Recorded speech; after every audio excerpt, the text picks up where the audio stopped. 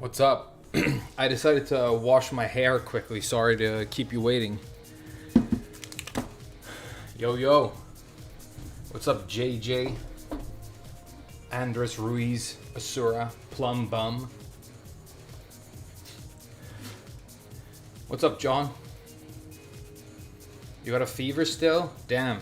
I hope you get better soon, dude. It's been a while now. Have you gone to the hospital?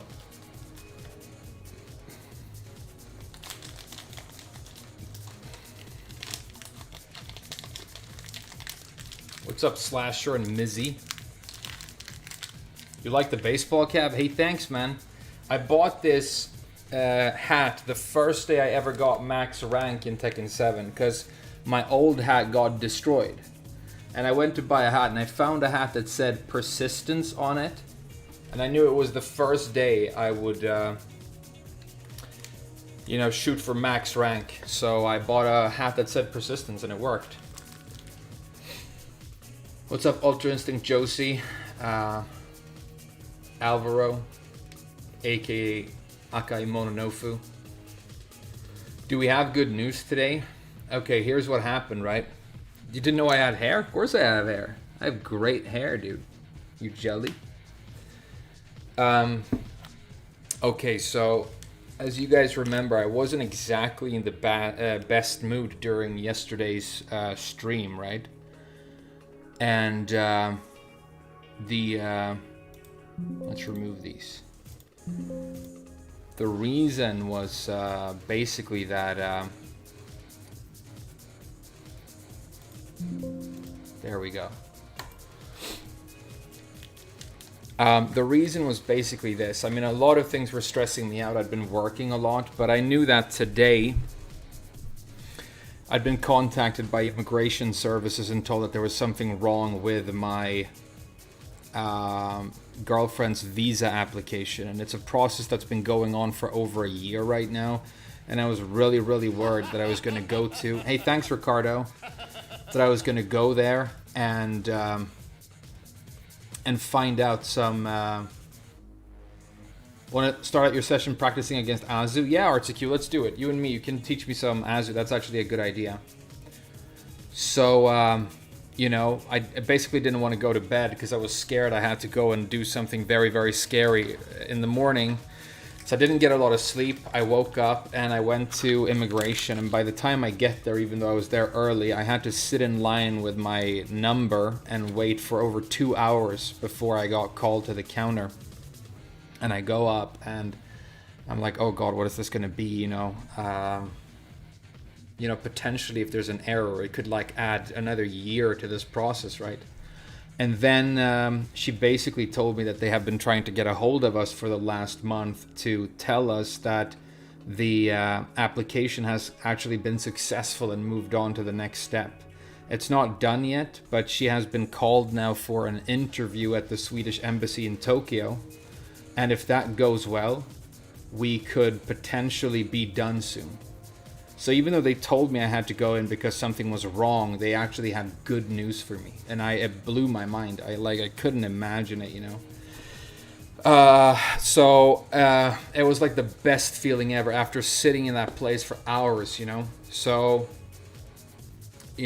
I went home in a great mood and I sat down and I got demoted all the way to Kishin yesterday, but I just sat down and I was in such a fantastic happy mood that getting plugged on and whatever was never gonna make me salty, dude. Today I'm in such a fantastic mood. So I just had a nice long grind session, 5 hours, and I was just a happy mood the whole time, win or lose. And then a couple of minutes ago I got the Tekken King promotion. But this is actually one of the more satisfying... Sorry for that Rager art. It was totally unintentional. My finger slipped. Oh, hey Pino, you're the Lars. You're the Pino I fought earlier, dude. Dude, those games were sick. Thanks, Trap Senpai, for becoming a member. That's so sick. So... the reason this promotion was so satisfying is, this is a great day in my life to begin with, but what also happened was I got plugged on. I got the promotion match to Tekken King, and I got plugged on. I won. I won. I kicked this Lee guy's ass 3 rounds. And then when I was about to finish my final combo and get the pro, I'm like, yes, I did it. He plugged. And I'm like, oh my god, I can't believe it. I was going to get like the highest rank I've ever had in Tekken 8, and I got plugged on.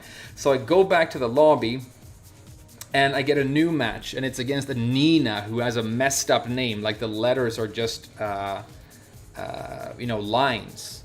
So I start beating him, and he plugs. So, and then finally, can you do a Lars impression?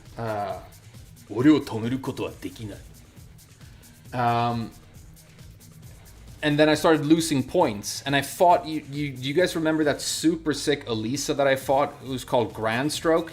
I had a set with him. I won it, and then I had a crazy Yoshi opponent, and he didn't plug. He was actually a cool opponent, and I kicked his ass. He made me fight for it, and I got the promo, dude. I had to get it 3 times because of pluggers. And this Snickers is my reward.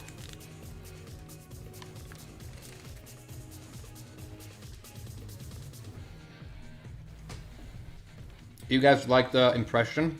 Hey, thanks. この勝利、明日につながる。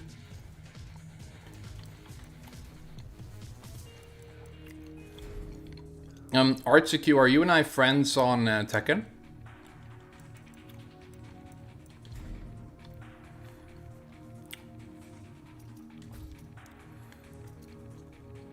Not yet. Have you added me? Don't tilt. Hey, good advice.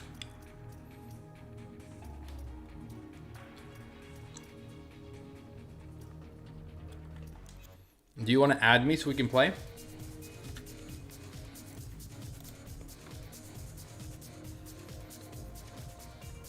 Do you have a preferred strategy for Elisa when you face off against Feng?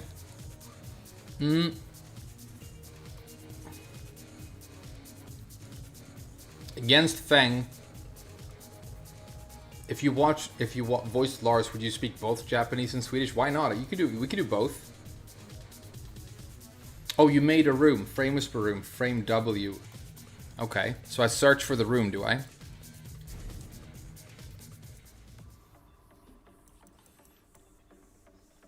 Where do I put the name of the session in? Is there a search function? All players welcome. Tekken Soul Me. Same as me. How do I search for the name of a session? Do you guys want to teach me this? You guys know I'm terrible at this sort of thing. Hey, let's look at the leaderboards for Elise and see where I am now.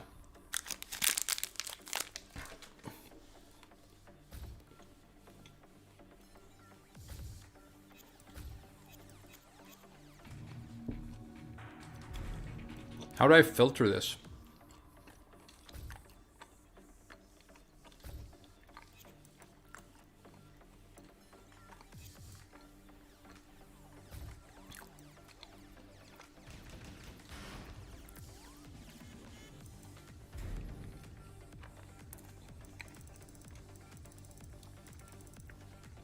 Damn, a lot of people have got an Emperor recently. These guys are probably cheaters. Damn, a lot of Tekken Kings popping up. Where am I? Hey, I'm not on here. Why am I not on here? Maybe it hasn't had time to update. Maybe it takes a while. These guys with like no names are probably cheaters, right? Oh wait, I have to do this. Sorry. Yeah, so you see the name.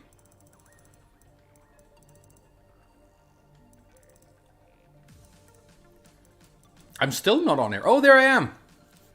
43rd highest Elisa in the world. Hey, that feels pretty good.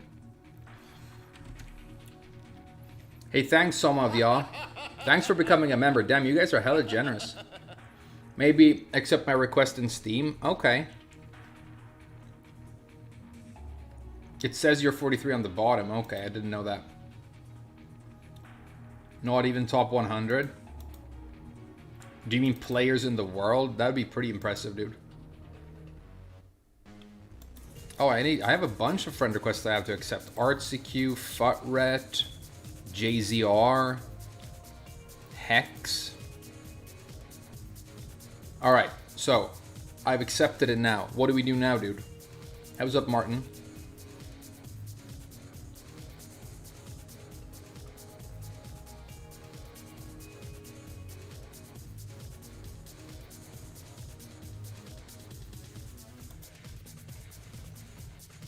Okay. So what now? Now we're friends, right?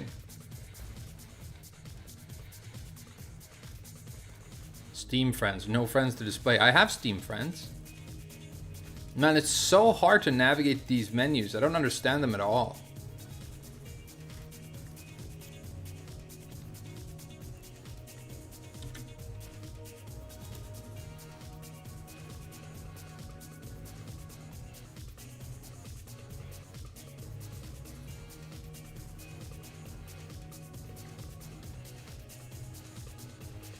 Wait for an invite? Alright, I'll just wait for an invite then.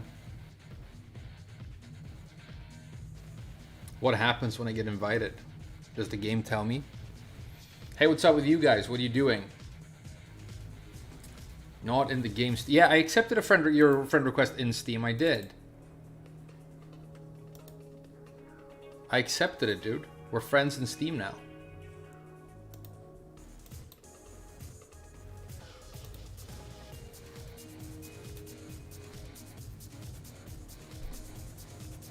Hey, Bro Gems. Yeah, it turns out oh, here we go. Something just made a noise. Play game. Okay.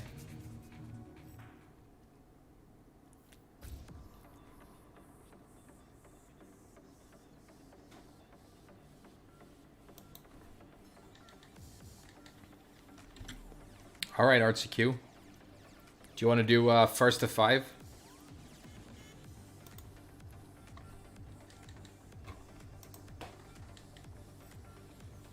We'll do a first to 5, okay?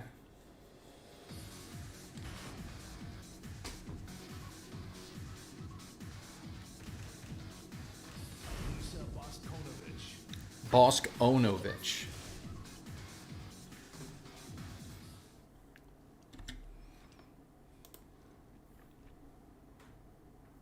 Get ready for the next battle. You should have a stream where you plug every loss and one and done. The thing is, if you plug once, then I would feel like my record, my rank was like fake forever, even if I only plugged once. So I obviously don't want to plug, you know. So you know, I want to keep a clean record. Nice house sweep, dude. All right, that's gonna be a big combo. We gotta focus up.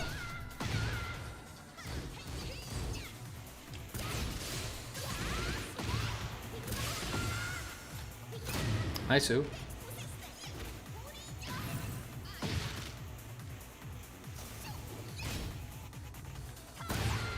GG's.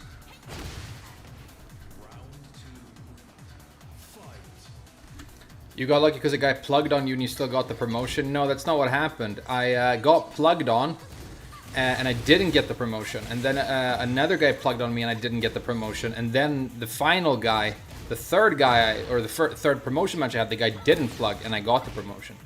So I didn't get lucky. I got unlucky twice. 2 of my promotion matches were against pluggers. You know what I mean? Good block.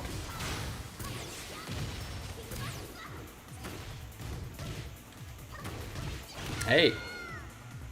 Oh, it's like 5 rounds? Damn. That's a long match. Let's do a first to 3 then.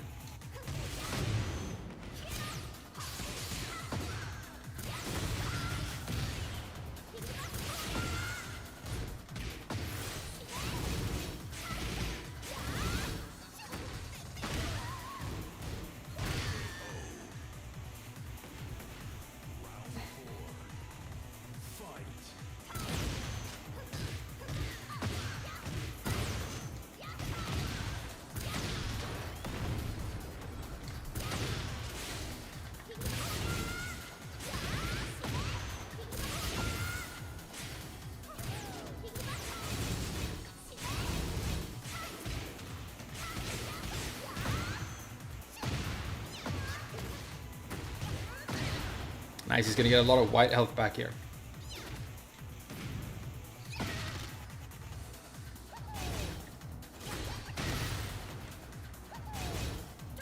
I did it twice! And the sidewall saved me. I wish I'd noticed.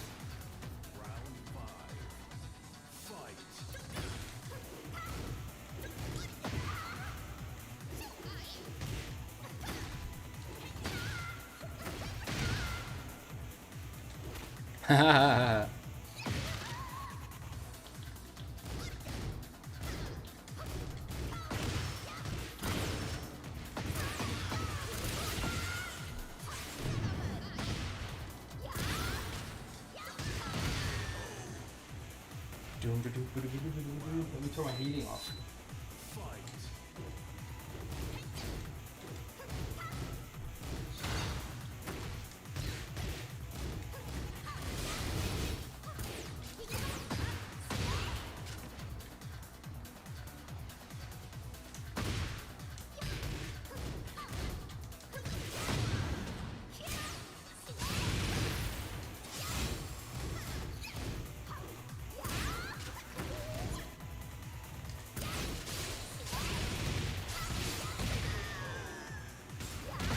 All right, we're all tied up. It's 3-3. We're making a comeback.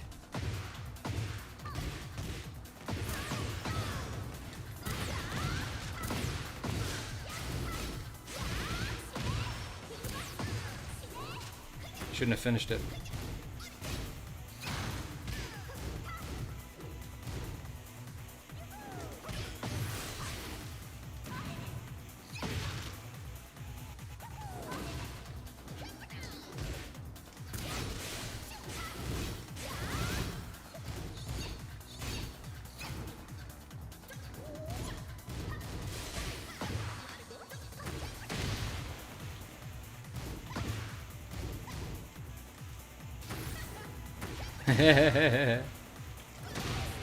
Nicely done. Please no rematches. This is a player match with a viewer from the chat, dude. It's fine. The fact that our Hell Sweep gives the wall explode is actually really good, right?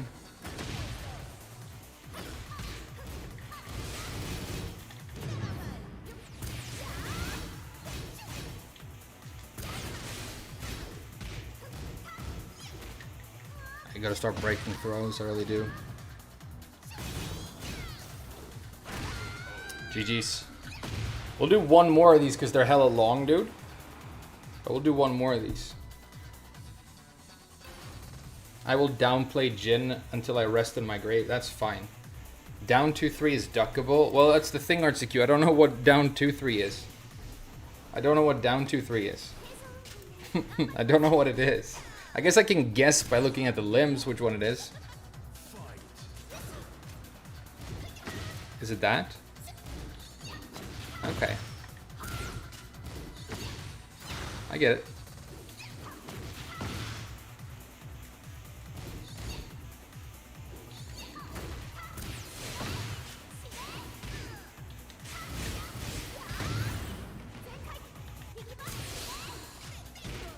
Pendejo.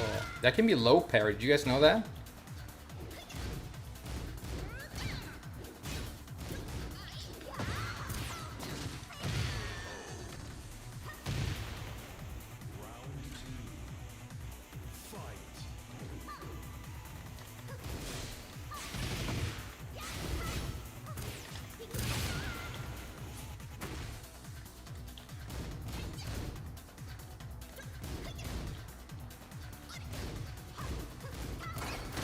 Nice.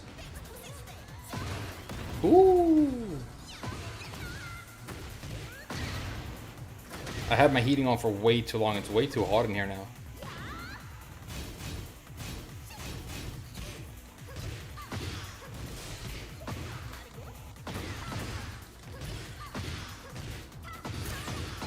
That's an adaptation that I made today that helped me get the promo, actually. I started doing the real combo they were supposed to do off of most of my main launchers.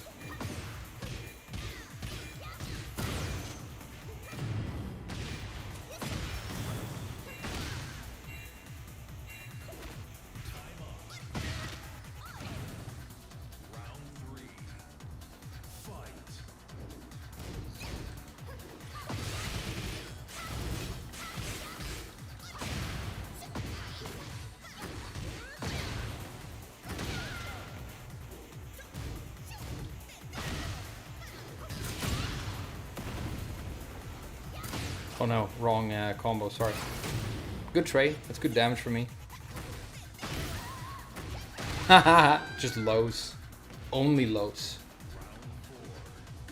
This guy streams on only lows.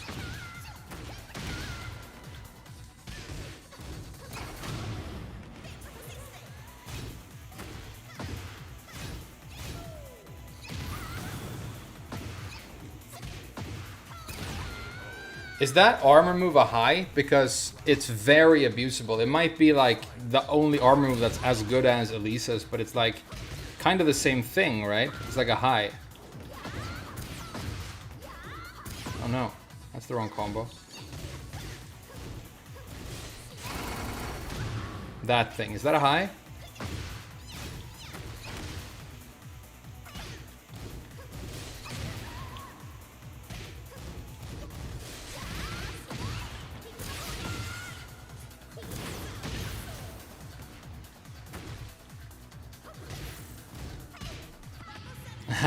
He got me.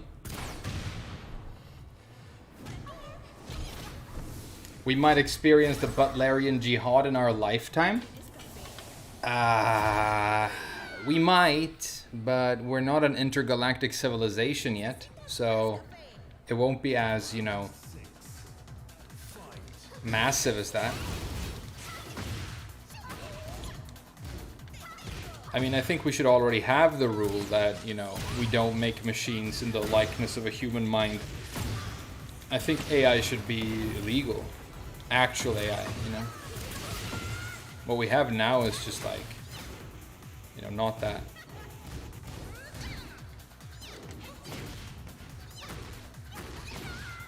Not that, you know?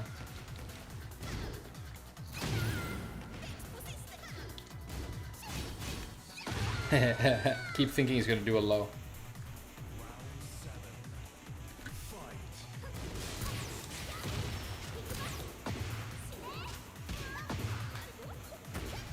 Alright, I'm gonna play seriously now.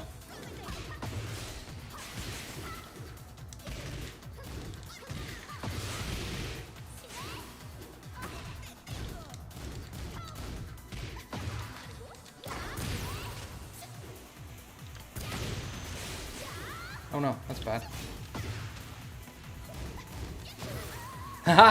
Okay, so you can block the low and the mid, but you still eat the extension, dude. That's crazy.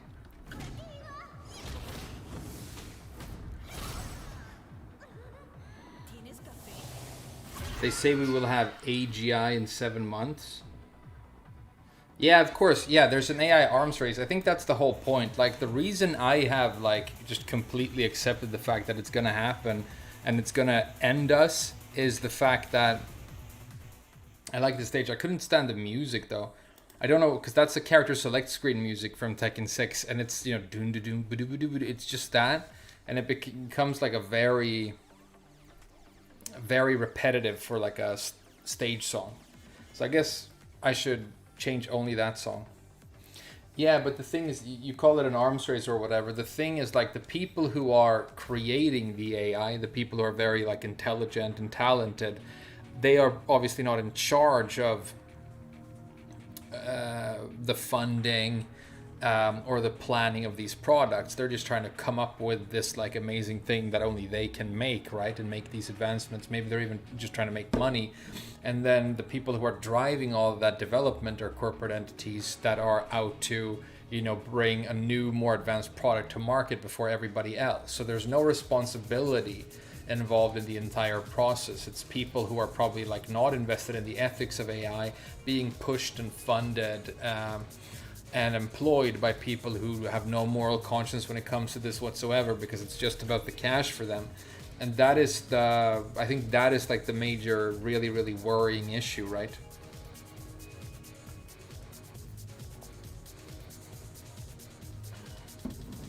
Down 2-3. Hey, thanks, RGQ. Yeah, I think I'm going to recognize some of that stuff and maybe do better. Hey, you guys, I played Tendo.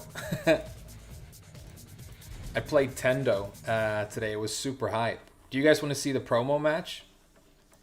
Do you guys want to see this super sick Elisa match? Let's see if I can find the Tendo match.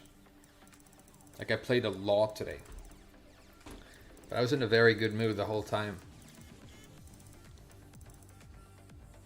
Oh, here's Tendo. It was hype, dude. He does a lot of throws. Get ready for the next battle. Oh, you saw it on his stream. Yeah. How does it feel seeing Tekken fans willingly be exploited? I don't know. It's like kind of hard to me to understand their logic. Because I'm like, wow, people really aren't understanding what I mean. So I'll have to explain myself better. So I did a new video where I like went into like breaking down the argument and why they haven't understood it. And now I'm getting comments on the new video saying, well, the problem is that you're complaining and you shouldn't be complaining. Which is so strange to me, because it's kind of like if I go to your house right now and I start, fingering one of your orifices, and let's just assume for the sake of this example that that's not the sort of thing that you're into, and you go, what are you doing? Stop that. You can't just do that to my orifice. Does it make sense for me to go, well, the problem here is that you're complaining. Like, I see your point, but stop complaining, okay? Do you know what I mean? So it's a failure to completely understand each other's viewpoints, and I can sort of tell by the words they're using that a lot of these people are younger. I mean, at least younger than me. I have the feeling that many of them are like teens, early 20s, maybe mid 20s. That's just my guess. But it's like, oh, so I have like an inability to really communicate and establish rapport with people of like the next generation.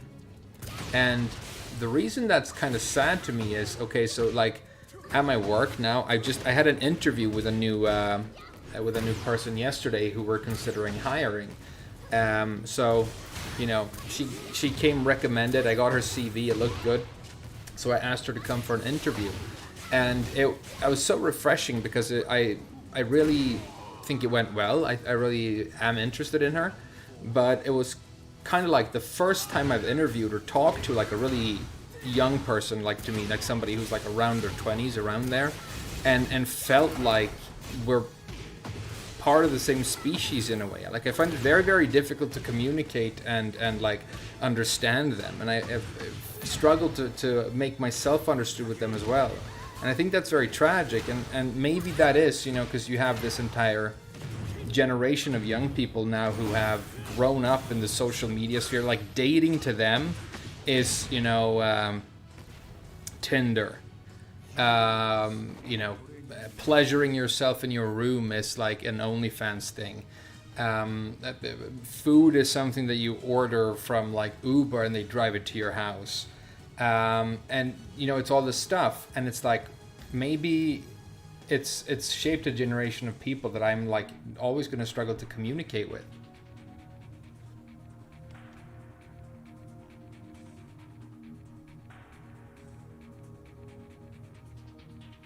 They grew up on mobile games and just don't know that games can be sold. Yeah.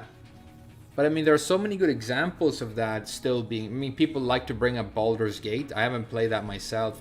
I know very little about it. But I always bring up Elden Ring. Because I've only spent money on Elden Ring once, which is when I bought the game. And it was like a 100+ hour really amazing experience. And then it did really well. And now they have this trailer and releasing this massive DLC. So they're showing a trailer for that. They're putting a price on that. So it is additional monetization and downloadable content, but it's this like entire new chunk to the game that comes after the initial product has already like been released in a complete state and been very, very satisfying for an extremely long time. And I think it's even had balance updates that didn't cost any money that you didn't have to download, right? So Elden Ring does it exactly right. Do you know what I mean? It's not like I don't want the game to get new content. It's super cool when that happens. But when they made Elden Ring, they didn't take, one part of Elden Ring. They didn't take the consecrated snowfield and then just hide it on the map and release the game with it in, and say you have to pay money to cross into the consecrated snowfield, right? That would be the analogy.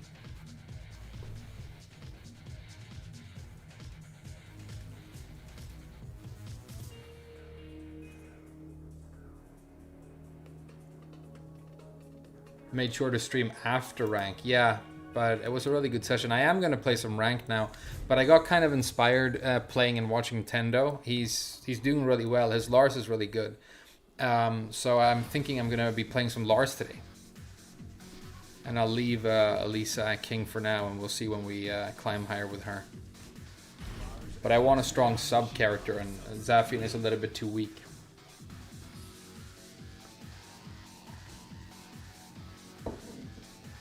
Baldur's Gate you can really recommend? Yeah, I mean, I might look into it.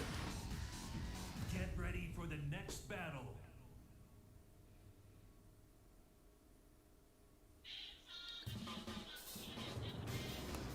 Look at like Lies of P. Lies of P was an awesome game. It wasn't like as large or long as Elden Ring, but I liked it almost even more. I found the combat so satisfying. I thought it was a great game, dude. And I only spent money on that once as well. And they just released a free update where you get like new weapons and stuff. To me, like the very like surprisingly, my favorite example of like awesome developer support for an ongoing game is Blizzard with Diablo 3. Because, you know, Diablo 3 had all those issues for so long. You know, it came out with real money auction house and all that stuff. And then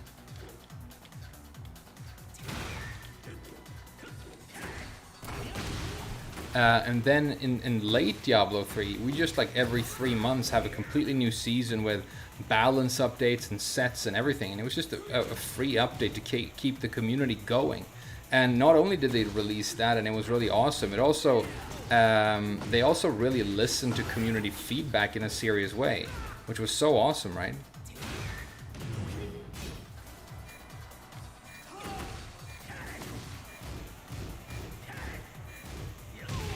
They, you know, so when they released PTR and people played it, you know, experienced players played it a lot, and then when something wasn't right, the community left a lot of feedback. The developers went back and looked at it, and then sometimes they had a second PTR, and then they released it into live, and it was always like super satisfying. It's just such a great example of them supporting a game way after release in the most like constructive and beautiful way.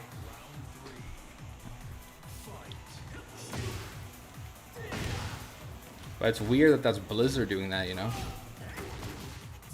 Okay, I need to shut up and beat this while wrong right now.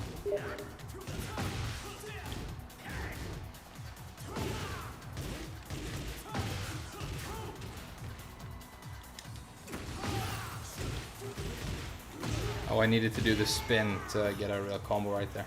I needed to do the 4-4-2 for the spin. It's apparently what you do.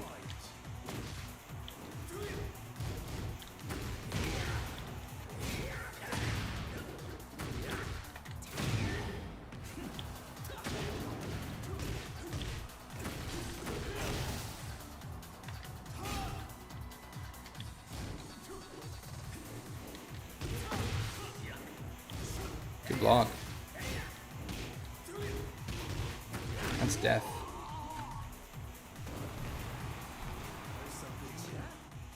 The Palworld controversy is so nice to see. Well, the thing about Palworld that I think is so interesting, the really interesting thing about Palworld is that other people in the industry who like make video games seem to like be very keen to discredit Palworld. It's not like, oh, cool that this indie dev did really well. They need to like explain to us why Palworld isn't a real game. And it's, you know, it's not a politically correct game, which is an issue for people. You know, it doesn't have a, you know, the Last of Us style story, you know. That's all about, you know, overcoming childhood trauma while, you know, I guess being non-binary or whatever. I don't know what The Last of Us is about. But do you guys know what I mean? So yeah, it's the interesting part about Palworld isn't like, oh, an indie game came out and it did really well, and that's interesting. You know, it's more like all the fucking pretend journalists and other game developers who seem to think it's important that we don't like respect or like Palworld. It's like it's dangerous to them, to whatever environment they've tried to curate, you know? And I think, like, as a YouTuber, and it's not a great example, but when some other YouTuber does really well, I never see it as deducting from any potential success that I might have, and I'm very careful to never be jealous. Jealousy is like such a pointless emotion, and it can never really like do anything for you. So, you know, there are people who've started tech and YouTube channels since I've had mine, and then they've passed me in popularity. And I'm always careful to always, like, you know, encourage those people and be happy for them, because it's like, it's, you know, I don't know why in game development when some other game does really well and it's not the kind of game that they would make, that they sort of become uncomfortable or panic or want to diss it. Why can't you just be happy about that and then keep doing your thing, you know what I mean? Get ready for the next battle. I need to close these other windows here. You know what I mean? It's weird with Palworld, and it's also like, you know how video games used to have all this like silly violence and stuff? So for example, the fact that you can like capture a human in Palworld, right? That's like, oh, that's, you know, not okay and whatever, but it's just like a silly video game, and it's there because it's like a funny random feature thing that you can do, right?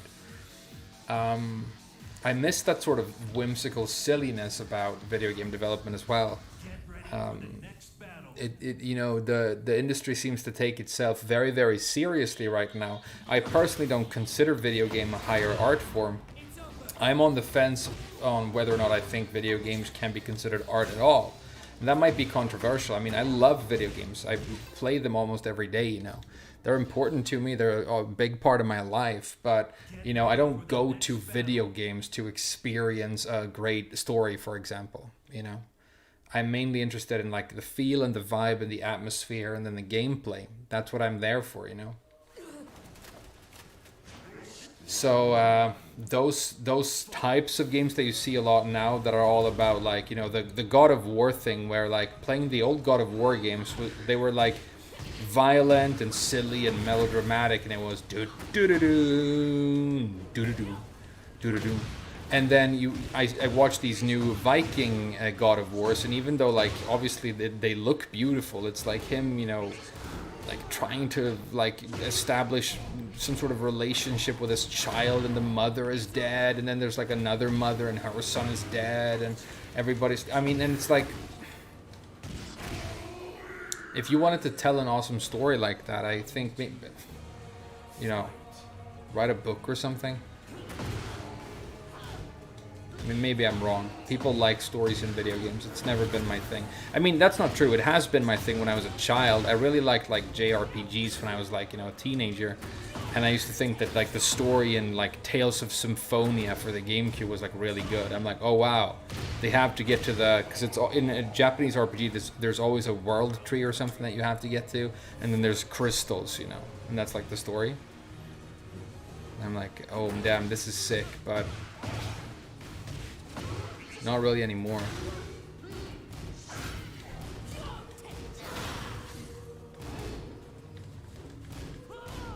Hey, good patience. You should have punished, though.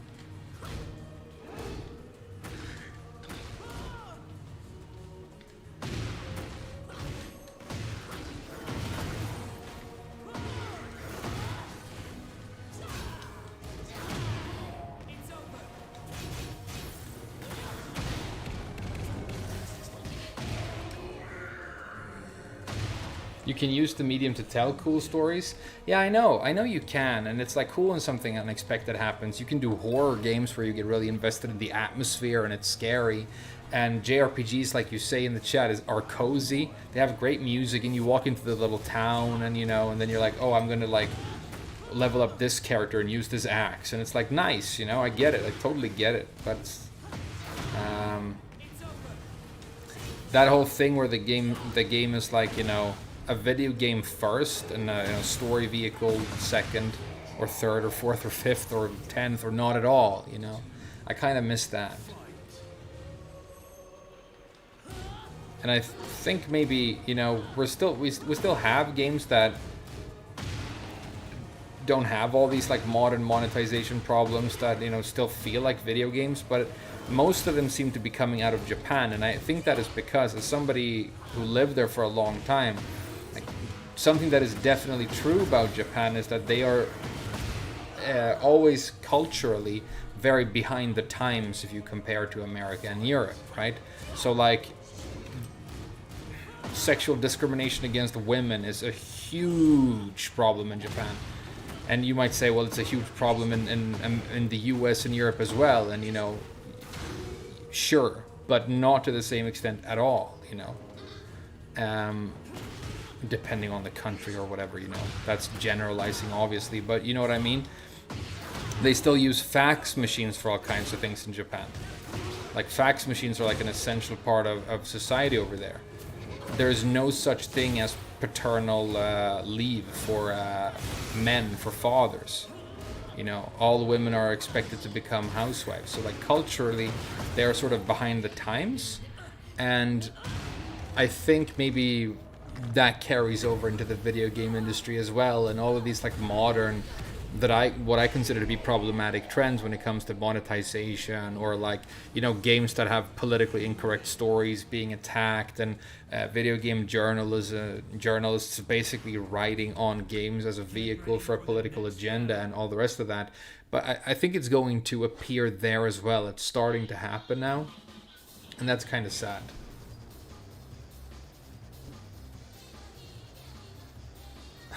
Murabito number 1. 今日はいい天気ですね. Is that from like one of your Japanese textbooks, dude? Who's Murabito number 1? Villager number 1? Do you like the Yakuza games? No. I've never played them. They are like kind of be water, my friend. That's a Bruce Lee quote.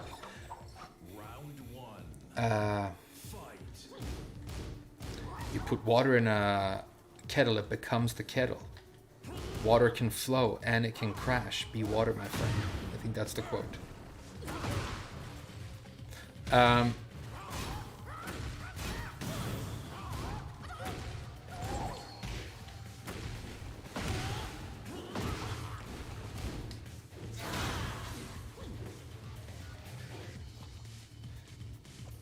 But you know, the Yakuza games are like popular and they show up everywhere, and you see other people play them and whatever. And I've never understood the appeal. It doesn't look like the kind of game that I would enjoy at all. If I'm gonna play a game that has like a story, one thing that I definitely don't want is one of those games where the player character is predetermined and the story is completely predetermined. Like this, the main character of this game is, you know, whatever his name is, Kiryu or whatever, and he's this kind of a person, and here's what he thinks, and now you're going to go through the story with him. The fact that you can't create your own character, like, I like RPGs where you can, like, there are different kinds of characters and weapons and things that you can use, and then you come up with what kind of character you want to make for your playthrough. That stuff I really like. So Elden Ring is like great for me, right? I loved Elden Ring, and there's definitely like a big world and a big story in Elden Ring. But it's kind of just this beautiful package for all of this great gameplay to exist inside of, in my opinion. You know, I'm not going to watch lore videos on, you know, why there are giant shrimp in the swamp and what implications that has, you know. Because thousands of years when the dragon stole the fire from the lords, you know, the witch ran away into the woods and humanity was born. And I'm like, okay, you know, how do you parry in this game? You know what I mean? I think I don't like Law in this game. I played Law earlier on at least as well, and I feel like the offense is very, very like, it feels uninterruptible and overbearing in a way where you can't really like you can't step anything, you can't really duck anything, and he never has frame disadvantage. Definitely is never punishable. So I don't like Law in this game. Dragon's Dogma better than Elden Ring? I heard it's good. What about Dragon's Crown? That looks pretty cool. Didn't Vanillaware show a trailer for a new game today? I love Vanillaware. I mean, I love their art style. That's cozy. Vanillaware. See, that's safe, right? That right there is safe. Now he's about to collect massive plus frames with the Hammer of the Gods. That's safe. And he always also like has pushback, so he's never like, you know, in range. So he can just start doing offense again. He's actually very Huarong in that sense. He's like a Huarong sort of Claudio kind of a character. And then there's the screaming. I really don't like Law.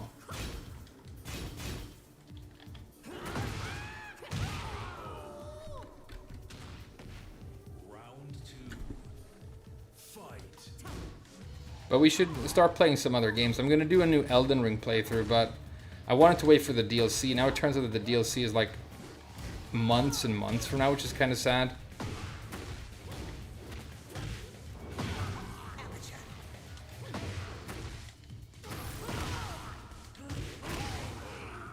I don't know if I want to wait for like, you know, 5 months or 4 months to do another Elden Ring playthrough.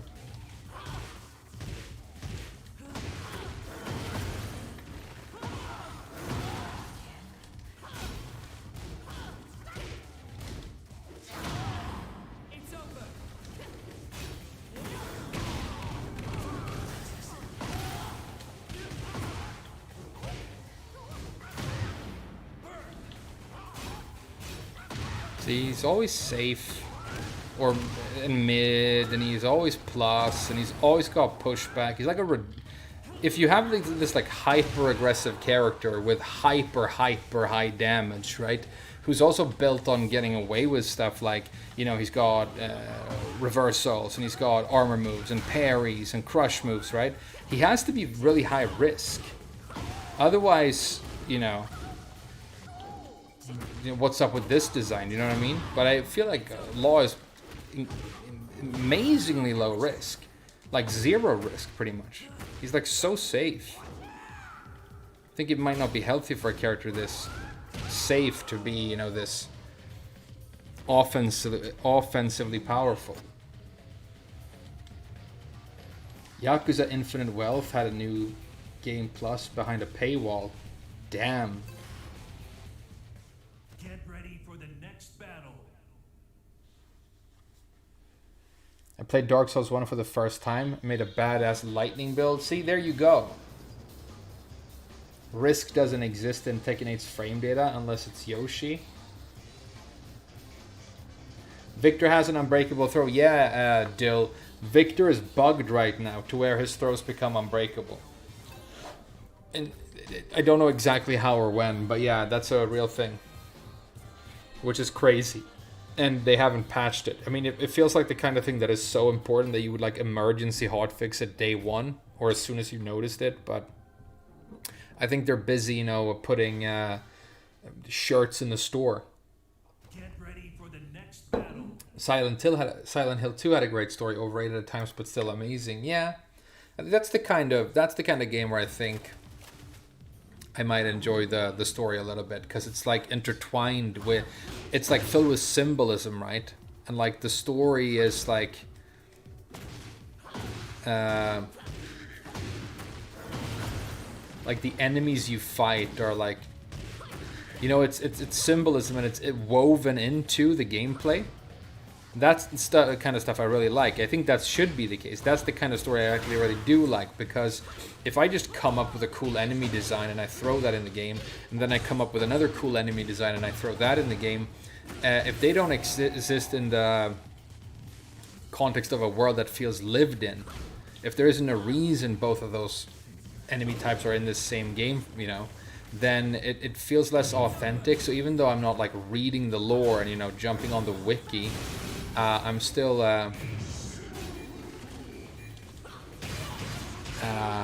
I can feel the fact that there's a lot of thought behind everything, even though I don't have to like read or engage with the story in a big way, and that's perfect. And I think that they did that really well with Elden Ring.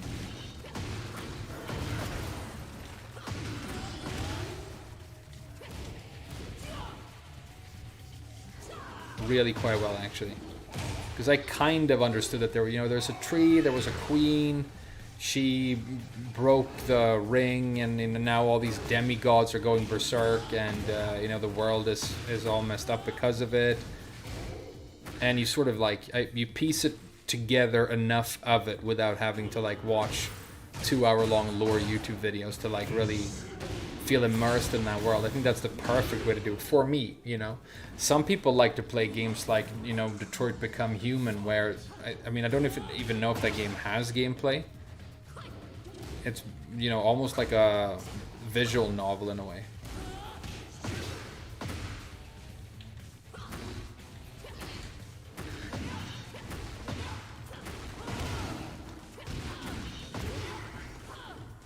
Oh, it doesn't hit grounded anymore? Damn, this character's so nerfed.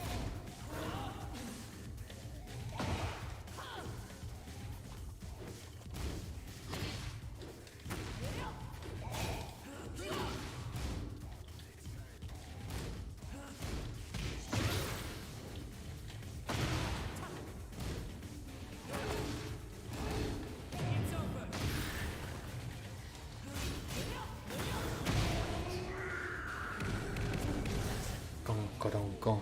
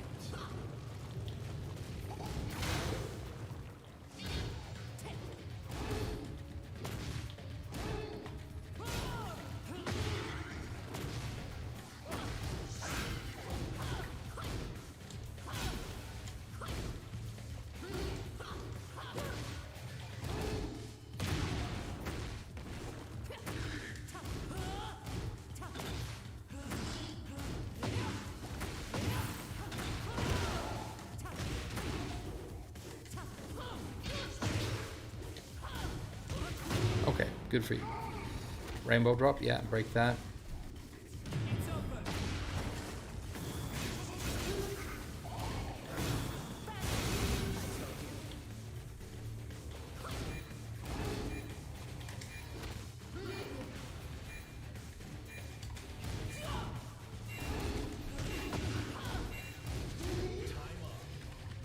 GG's.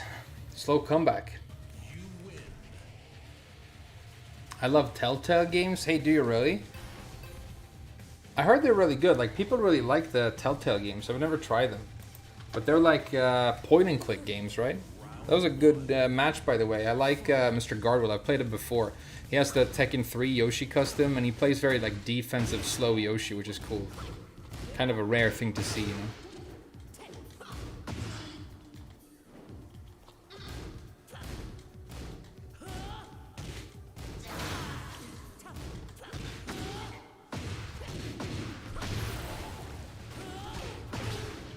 Oh, okay.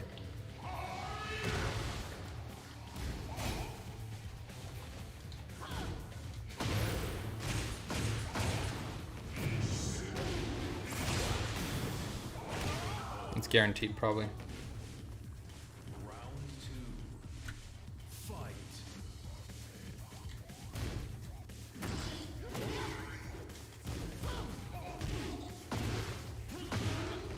I have to do a lot of lows because he is a block spammer basically, but he doesn't block lows. So I have to do a lot of lows. Nice, okay. Yeah. Now doing too much lows, so now we can get hop kicks on me. Wow, we need to do another 3-round comeback on this guy.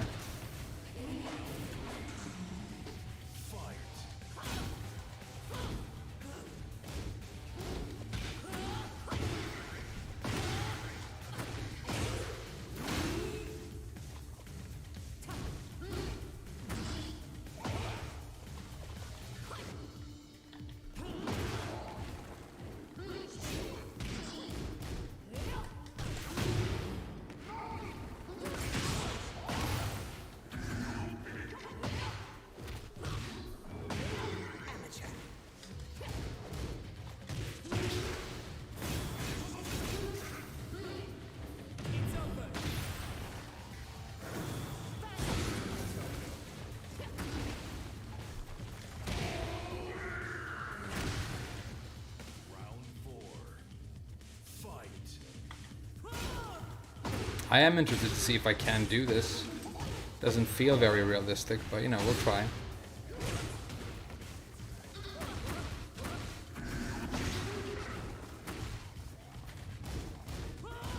Good block.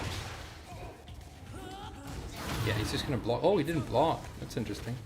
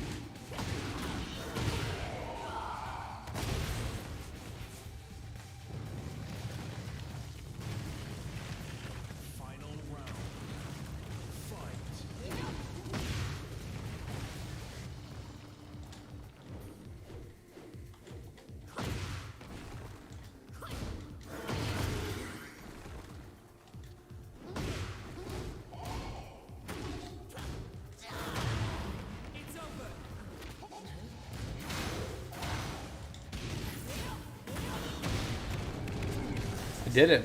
Hey, that's crazy. I should have a really great day and be happy more often when I play this game. Obviously.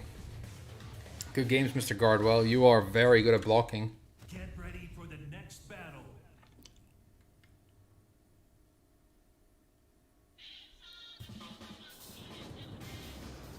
Elden Ring DLC in June. Yeah, I know Phil Collins. It's super sick. It's super sick. Uksam, by the way, Uksam. Get ready for the next battle. Hey, what's up, Ro? How did it go with the visa thing? It was actually great news, dude. You know, I was so worried about it. It turns out that our application actually went through to the next stage. And that's what they were trying to tell us, but they haven't been able to get a hold of us because they've been understaffed. They haven't been answering on the phone, and mail hasn't been reaching me for some reason, you know, so it's been... But I was sure that it was going to be terrible news, and it turns out that it was fantastic news. So the next step is for her to go to the Swedish embassy in Tokyo and have her interview, and that's where she has to prove that our relationship is genuine. So she has to bring photos of us being together from years ago, and like any documents we might have, you know, if we have contracts that we've signed together, you know, or plane tickets from when we've flown together somewhere, stuff like that. So she has to go there and be interviewed, see that the story that I'm telling Swedish immigration checks out on her side with the embassy. And if that goes well, and there's no reason it shouldn't, we might actually be close to the end of the process and be able to see each other again soon. So while I was obviously very stressed and not feeling great yesterday, I'm feeling fantastic right now. So very, very good news. Thanks for asking.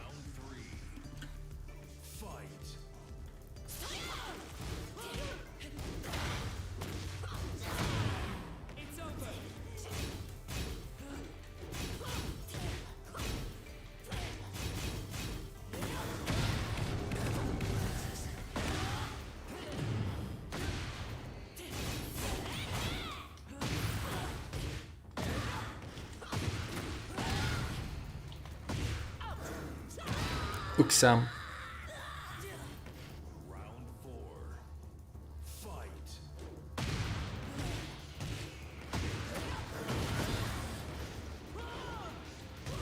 Spagooters.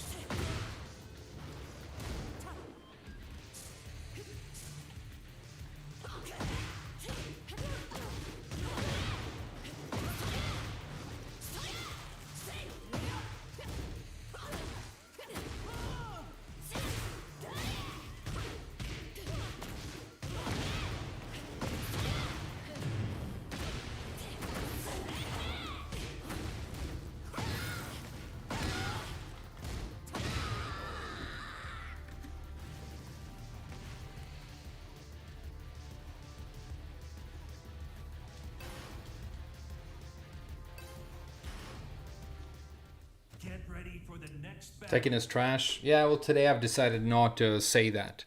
Or to feel that. I've decided not to feel like Tekken is trash today. Even though I had to get my... Tekken King promo 3 times in a row because of pluggers, I've decided to not feel like that today. Today I'm just going to feel like this game is sick, and the community's sick, and obviously my chat is sick, but you guys are always sick, so I don't have to force myself to feel that way. Round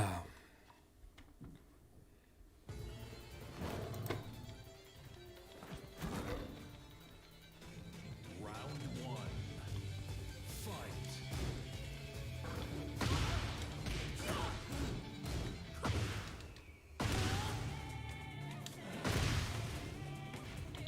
Tekken 6 music is the best. Tekken 6 music is the best, by the way. It really is. It's super serial, dude.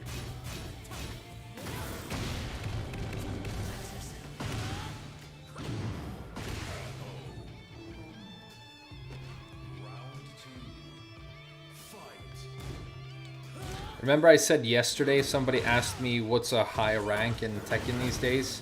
And I said that I think the good players start at Tekken King. That's what I really believed, having looked at like the leaderboards and what the really good players are getting now. Obviously there are like, you know, top level pros who have gotten even further. But it felt really nice to be able to collect that rank today. Because now I feel like, okay, I haven't wasted my time trying to learn this game. And Elisa, like I thought for a while there that she wasn't going to be good or anything, you know. It was going to hold me back or something. That's obviously not true. So it's a very satisfying promo. But it's interesting that when I have like the best sessions in this game and when I'm the most successful, having the best ranks, having the best matches, it's actually when I'm feeling happy and fulfilled in the real world. And it's almost annoying that they're so connected, you know. Maybe they aren't for all people. Maybe it's specifically me. You know how a lot of the top level pro players are known for being quite robotic in their demeanor, and I think that might be, okay, for me, I maybe need to be like in a really good mood to play my best. I need to have my ducks in a row in the real world, because it puts me, even if I don't notice it myself, it puts me like in a place mentally where my reaction speed is actually up. You know, my ability to be resilient, you know, against gimmicks and underhanded strategies goes up. And maybe, you know, the mark of like one of those really great pro players is that they can maintain that calm no matter, you know, what's going on, or at least they attempt to, you know.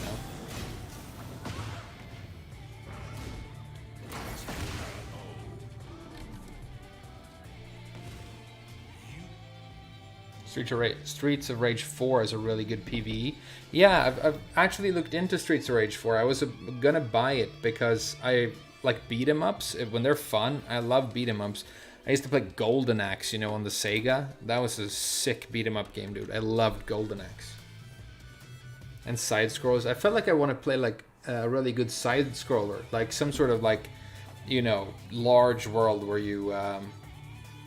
Even if it's not Streets of Rage. You know what I was thinking about playing? And maybe you guys can let me know what you think and we'll decide if we'll play it. Do you guys think I should play Blasphemous 1 and 2? Yeah, I'm winning, Sweatington. I'm winning big time. This game is sick.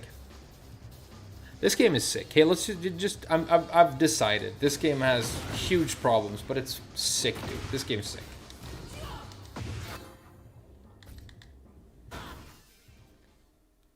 Get ready for the next battle.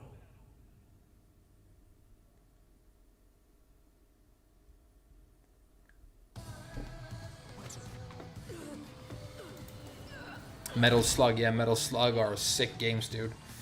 It was so much fun when you were on, because we don't have arcades in Sweden, when you were on a vacation somewhere, which I was privileged to go on sometimes with my parents, and like at the hotel or if there was an arcade, they had Metal Slug, dude. Something about those like 16-bit graphics that it's just so appealing.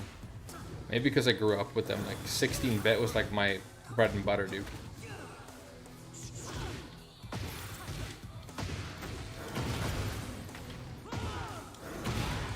That was a Sonic boy. Sonic the Hedgehog 3 and Knuckles might be like my favorite game of all time. It's so crazy that you guys know Ice Cap Zone, which is like known for having some of the best stage music ever in a Sonic game. There's some sort of legal controversy where they actually like stole that song from some sort of weird pop group, and I found the song. It's called Hard Times, and I listened to it, and it's an amazing song. Like, I love their music. The sound is so awesome. Maybe we could listen to just a little bit of it to show you guys what I mean. I love it when you like find out that a song is actually sampled or, you know, from somewhere else, and then you find the original and you love that too. Love that sort of thing, dude.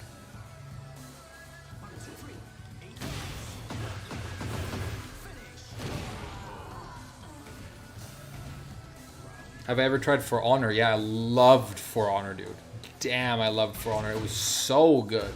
I played I think he was called the Overlord. He was a Viking who had a sword and shield. It was so satisfying, dude, and he could do headbutts and stuff. He was good at ring outs. I also like the knight character that had a flail. I've always really loved flails. I think they're the coolest looking weapons. But the fact that you could like charge it up, and if you got a really good hit with it, it was like a one-hit kill, because you just like... It's a shame that they didn't balance the flails well in Elden Ring, because I would do like just a kite shield and a flail. If that was like viable, I would totally do that, dude. I love flails.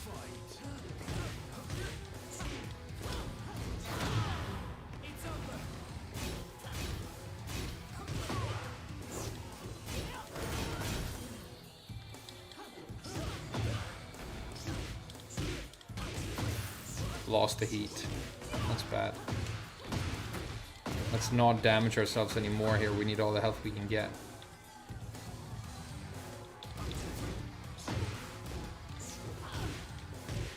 Now it doesn't matter anymore, so now we can actually damage ourselves if we want to.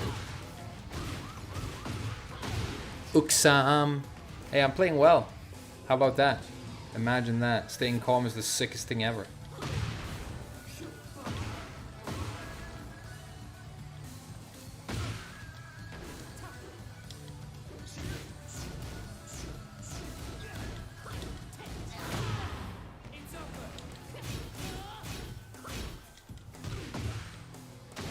Good low pairing.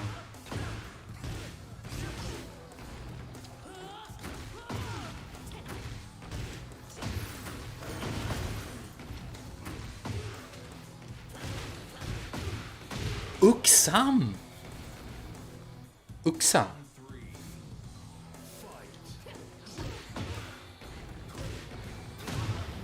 Zafina's sick, huh?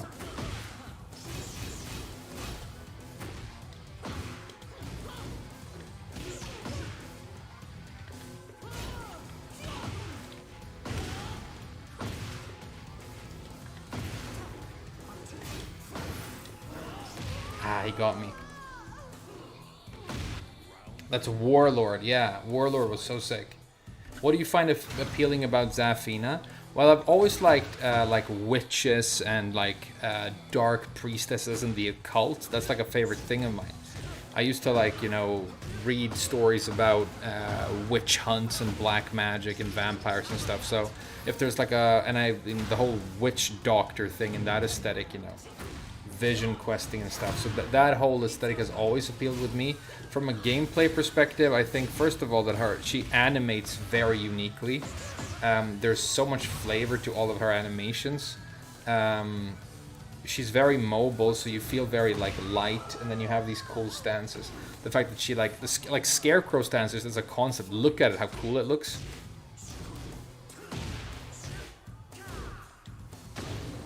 And her idle animations where she's like licking her hands and stuff like she's a big insect. Just think, even though the fortune teller thing is definitely not a unique concept for a fighting game character, this take on it is one of the most inspired.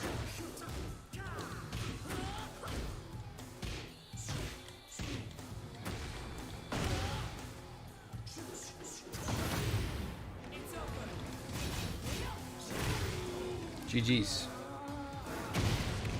They buffed two-handed flail hit stun, so it's kind of good now. Yeah, but I don't want to have a flail in two hands. I want to have a flail in one hand with a kite shield, like the cool character in For Honor was amazing. I thought, I mean, if For Honor had like, I know people still play it, but if it had like the kind of like ongoing big following that some other big games do, I would have been a dedicated For Honor player.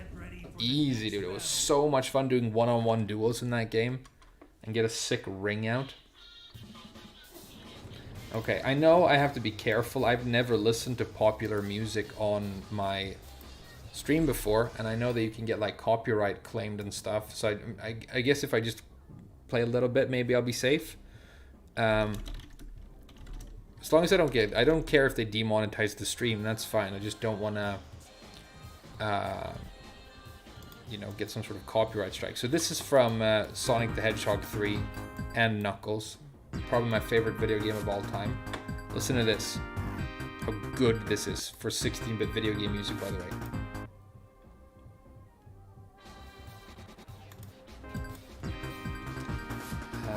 Here we go. We turn off the Tekken sound.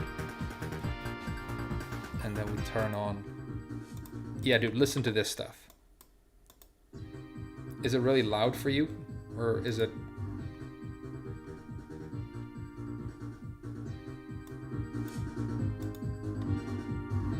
You guys hearing this at all?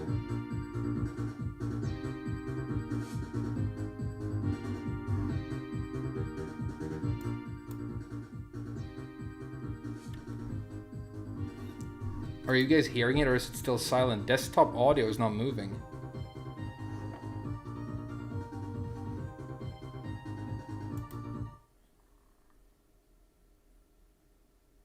Sounds far away. Okay, I'll just turn up the volume.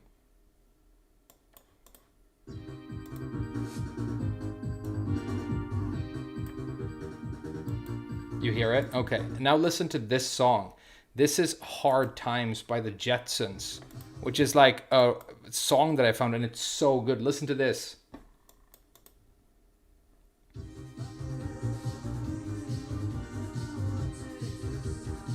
It's exactly up my alley as well. Like, synth pop is like my favorite thing.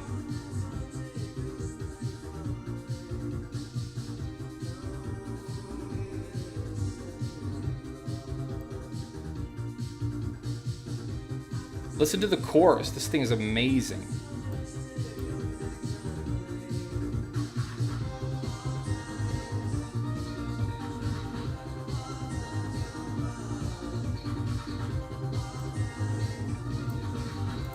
Like, I jam to this all the time now. That's Hard Times by the Jetsons, dude. You appreciate my honesty? Hey, I appreciate you appreciating my honesty. But, you know, this sort of thing... do you guys know Talk by Coldplay? Have you heard this?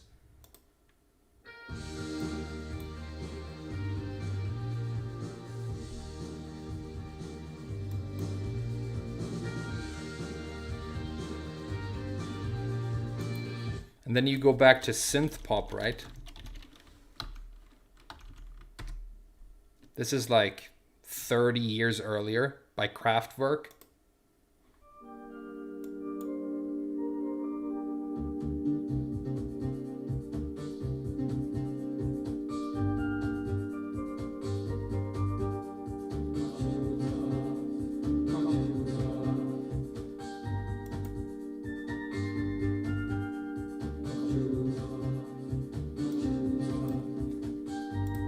I think the Kraftwerk song is better. You know what I mean? Way better.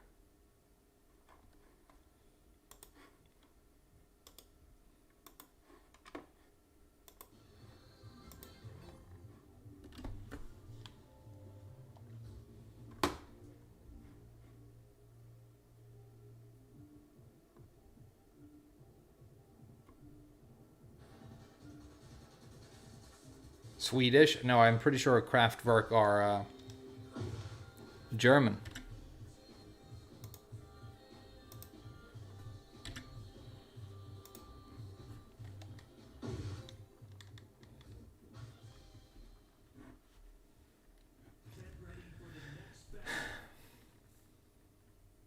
Can you guys hear the game now?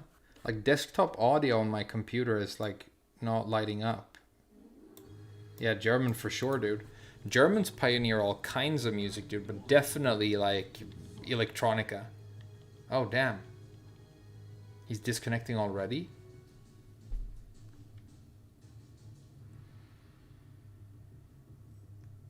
Okay. Get ready for the next battle. Is Germany a real country? Germany is like one of the realest countries. Or, I mean, it's actually kind of new. There was this thing called the Holy Roman Empire. It was really like created by the Pope and Charlemagne way back. And it was kind of like this coalition of city-states, kind of reminiscent of ancient Greece. And you had different countries and states, but they were all referred to as the Holy Roman Empire. And they all spoke German. And then this guy called Bismarck sort of unified all of those. You can't hear Tekken? Sound is weird now? Okay. I wonder what I should do about that. He unified Germany, and his home state was Prussia. And so the capital of Prussia, which was Berlin, became the capital of Germany. I think, if I remember my history. Yeah, it's weird. The desktop thing is not moving. I guess I shouldn't have messed with my audio values because they've been perfect lately. I wonder how I fix this. It sounds like it's coming from your speakers. Oh, that's what it is. That's totally what it is, dude. I need to change this, the settings somehow.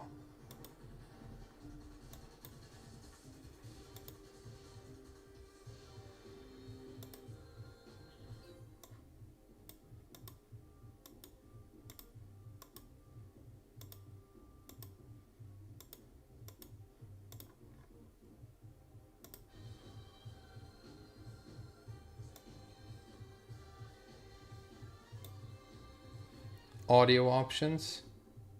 Yeah, I'm in the audio options.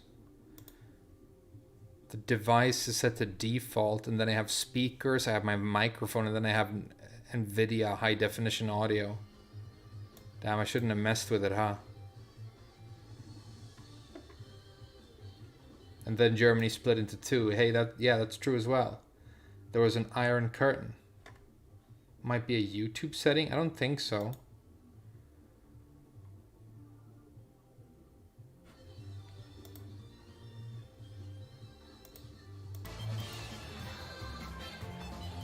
I think I fixed it. Did I fix it?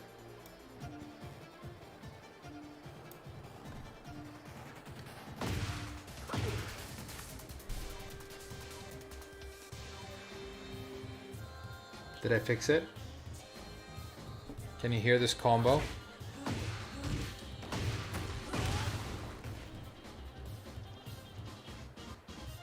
Awesome. Hey, awesome.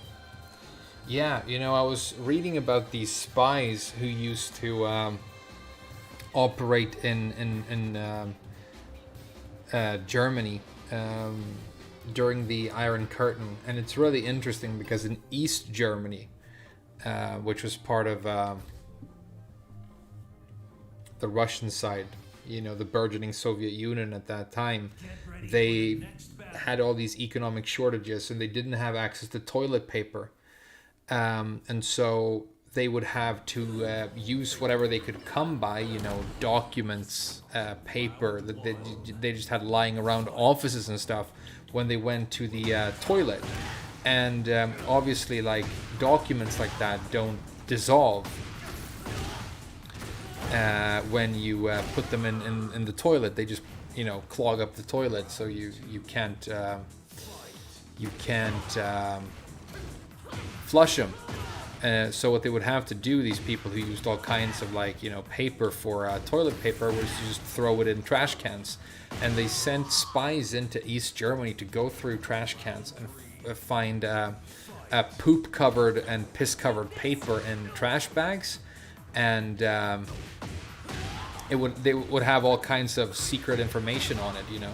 And they actually had like a really successful spy operation looking at like information that they got from poop paper.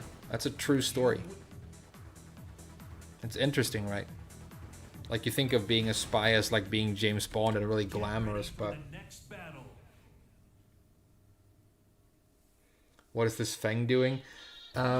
You see that sometimes with people who don't want to play for whatever reason. It's like the third time it's happened since I bought the game. I think with this guy, it could be that he's very, very, very, very close to a demotion. And he just wants to get the demotion and then win one match, because then he can go way up the line and he doesn't have to like grind for it. Hey, thanks, Hachi Spirit. Hey, I think we played. I think you were one of my opponents on the climb, dude. Well played. Yeah, I remember you. You played really well. You had like a red colored Reyna, didn't you? Hey, good games, dude. I played this guy as well. I played this and he did exactly that. Then I won and he one and done'd me. I remember this.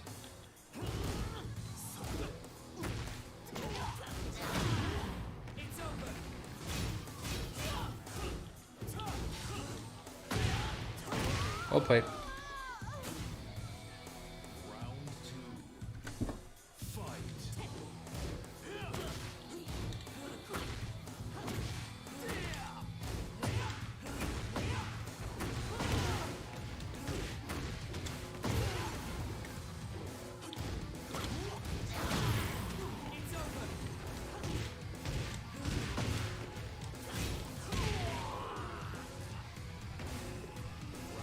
Tekken 6 had the best music and the best characters.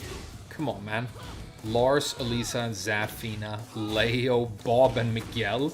That is the craziest lineup. Those are 10 out of 10 characters.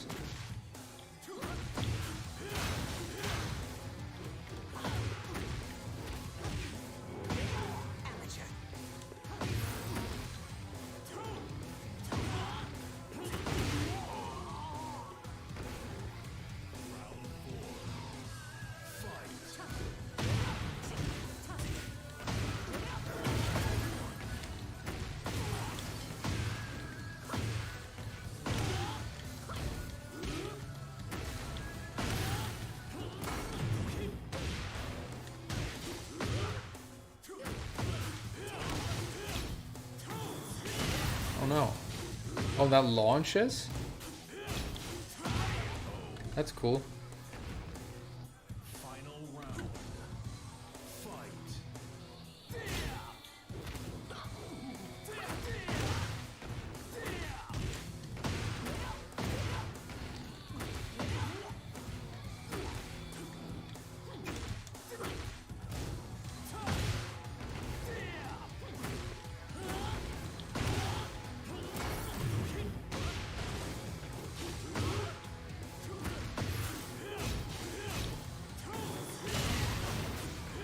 Hey, good for you, dude.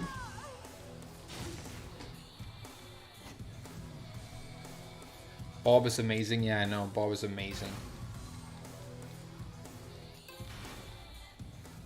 Get ready for the next battle. 5 has some incredible songs. Yeah, Moonlight is not my favorite, but Formless Like Water is candidate for my favorite Tekken song of all time. My top 3 are probably Formless Like Water, Abyss of Time. That's so good.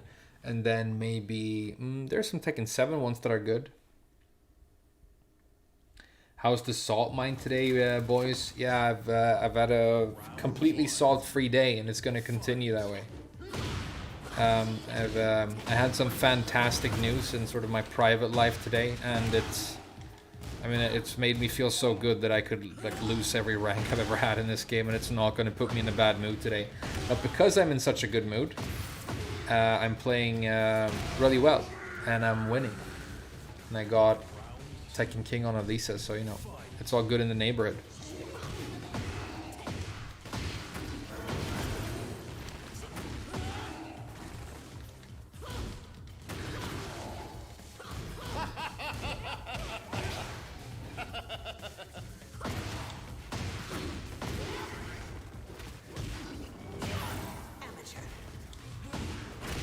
Thanks for subscribing, Miku Miku.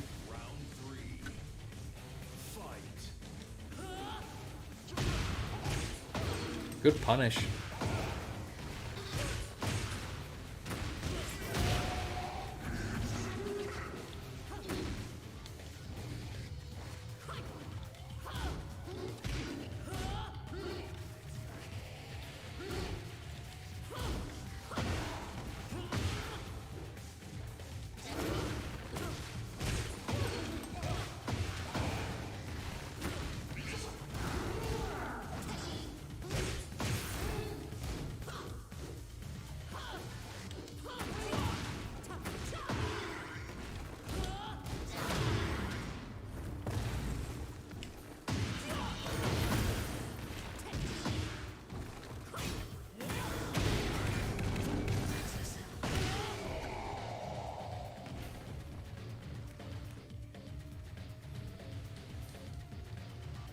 Hey, thanks, Sal9. Yeah, it went really well.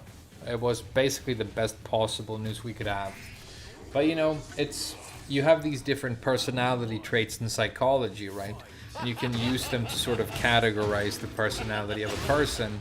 And one of those traits that they have defined is a trait known as neuroticism. And neuroticism is the propensity or the inclination, I guess, towards negative emotion. And I think I'm high in that because I do something that is referred to as catastrophizing sometimes, where, you know, something happens, like I get a letter in the mail and I assume that it's going to be terrible news, like a bill for a cosmic amount of money that I won't be able to pay because of some thing that I did years ago and don't even remember. Stuff like that happens to me all the time. Now, they said that there was something wrong with our application and we had to come in and it was important, so obviously that's why I thought that this was going to be bad news. But the fact that I was in such a bad mood and didn't even want to go to bed because I was scared to wake up in the morning and go and receive this potentially really bad news, you know, I put myself through hell. And then I go there and I'm so nervous, and it turns out that it's actually fantastic news. You know, I even though I know I'm like that and I've really tried to work on it, it's really hard because as far as I can tell, I mean, the logical conclusion here is that something is wrong, is that something is very, very wrong, you know? And so something that I've really been working on since I've gotten older is learning how to just get on with things and not assume the worst, but at least just you know, go do my very best, and then most of the time things actually end up working out, you know. I had a friend who was a lot like me, a Tekken playing friend, a guy who I moved to Japan with. One of the guy I always tell the story when he wanted to take us to a Korean restaurant and ended up taking us to a Korean travel agency instead. That guy had sort of the same issue. He was a very, very a deeply intelligent person. He never got anything done because he was always reading a book on how to do things efficiently, and then he never did anything. When he had to get organized, he bought a book on how to get really well organized, and he felt good about buying the book about getting organized, so he didn't even read it, let alone get organized, you know. So he was that kind of a person. And I remember when we were at university, we studied economics, right? Economics and commercial law. So we would have these exams, and you know, it's different depending on what country you're in. In Sweden, if you want to get a degree, at least at the school that I went to, you have to sit and successfully pass all of your exams. You know, you can't do a presentation, or it's not like Japan where you actually get credits for attendance. In Sweden, or at least at my university, you didn't have to attend lectures, but you had to sit and pass all of the exams, which means that if you fail an exam, you're not going to graduate.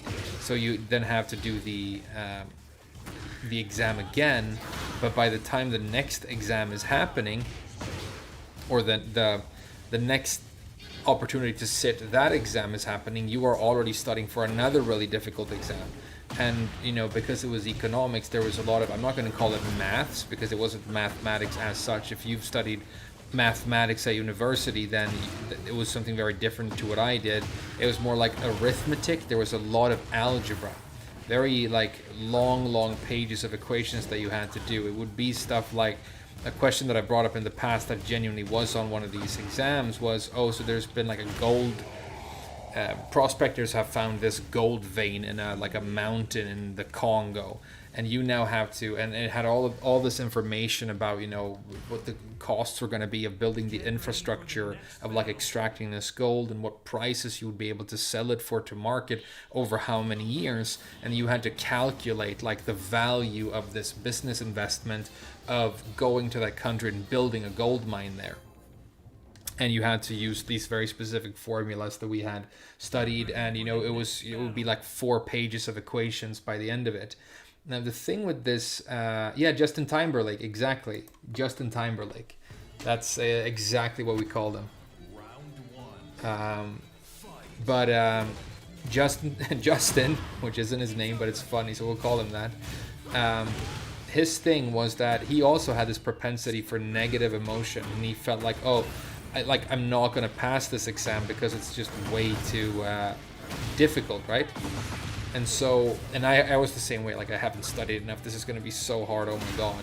And you wake up in the morning, exams usually start around 8 or 9 o'clock in the morning, and you have to go to this specific place. It's like a giant hall that has guards and stuff, and they check your pockets and everything when you walk in, and then they lock the doors, confiscate all phones obviously, and then you're locked in and you can't leave. Even if you're like giving up on the exam, you're not allowed to leave for like the first hour, and if you're going to try and pass it and actually answer all the questions, you might be in there for 4 or 5 hours.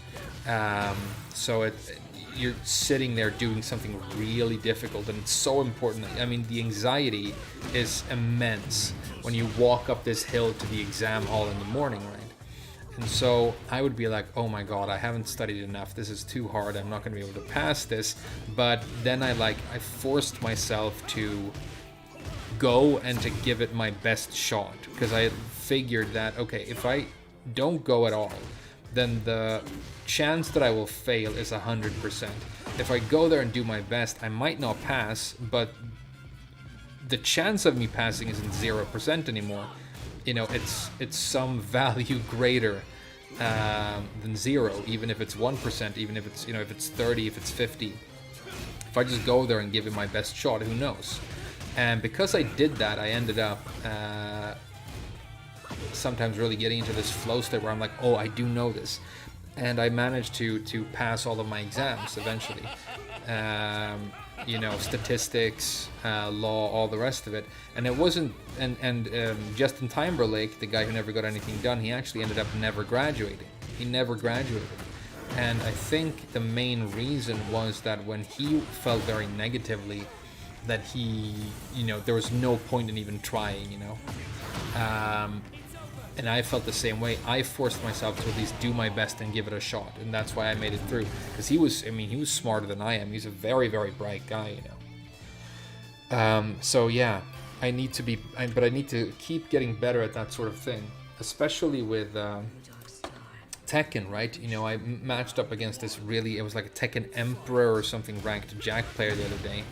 So like higher ranked than me, and it's really scary because you don't want to lose, and you're like, oh, there's no way I can beat this guy, and I start giving up right away, and then I just like give it a shot, and I started beating him in rounds, so I don't know, it's this thing of like you have to really be nice to yourself. You have to be nice to yourself, it's so important.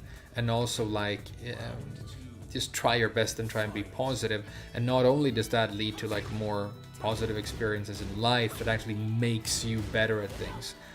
Like when I'm happy, I'm way better at Tekken. You know, I'm about to promo Zafina here, and I'm barely focusing. But I'm in a very good mood. I'm enjoying, you know, streaming, the chat. I've had a great day with some good news. I have meatballs and potato mash downstairs that I'm going to enjoy in a little bit. You know, things are...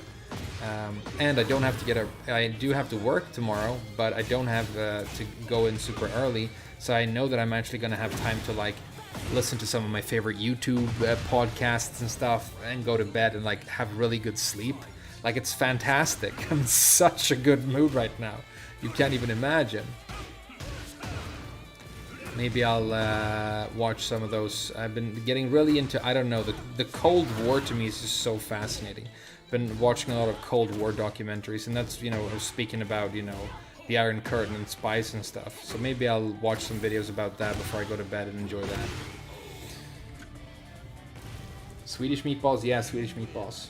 I would take Spanish meatballs and tomato sauce if I could, or some patatas bravas, dude, or a nice chorizo. I'm super down.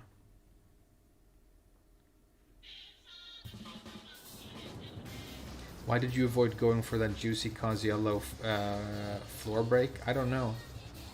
I don't remember what happened. Can you play Doom on a calculator? Maybe.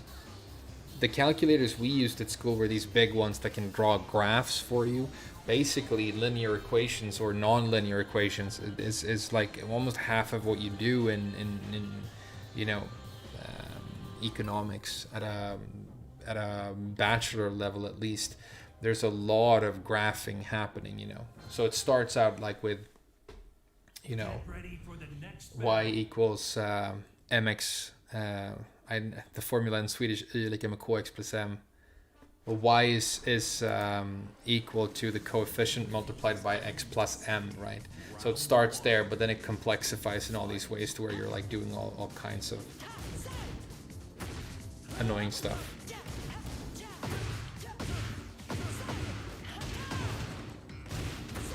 Or that's a linear equation. So obviously then it goes on to non-linear equations, where you know, the value of x is the square root of something, or sorry, not the square root of something. It's to the power of 2 or 3, and so on. You know, it's you have cubed equations and stuff, right? You can tell I'm no expert, but I managed to get through it because I just, like, you know, give it the old literal college try. Hey, do you guys want to get this promo?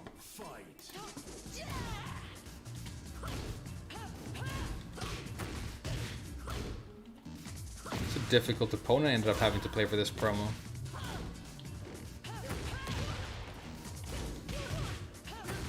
He really likes the down back 4. I should block one of those at some point.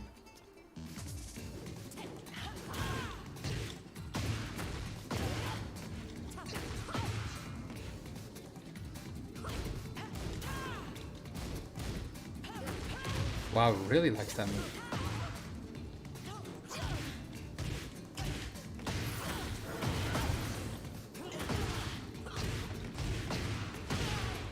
Uksam.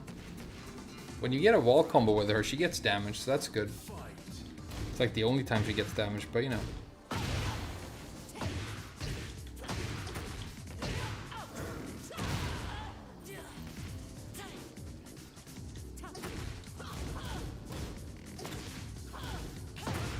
Nice hop kick.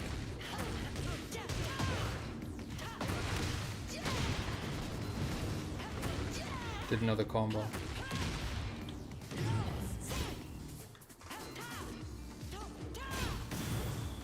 Again, I should start predicting it pretty much. I should just start hard reading it and blocking. It was obviously what he wanted to do right there. Down 2 for Leo is so good now. That's a crazy move. Like when you have a move that's way good and it's not a launcher, and then you just make it a launcher. That's pretty good, dude.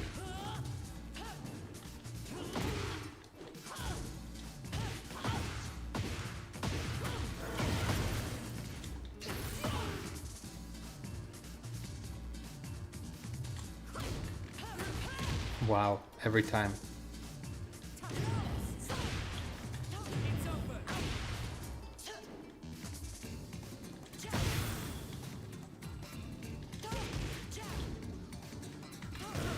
Hey, well done, dude. The stage is cool. Yeah, it's not bad. You keep saying Uksam. What does that mean? Well, yeah, people said it in the chat.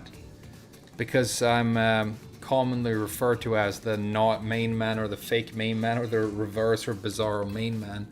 I decided to, like on a stream, I was like, what is Masku backwards? And I decided that Masku-ish backwards is Uksam Shishia, which I think is funny. So I started saying it.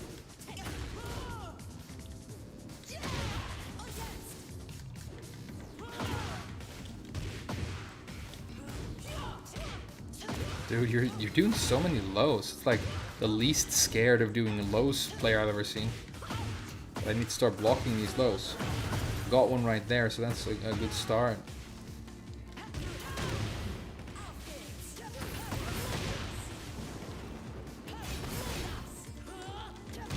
Well done, well done.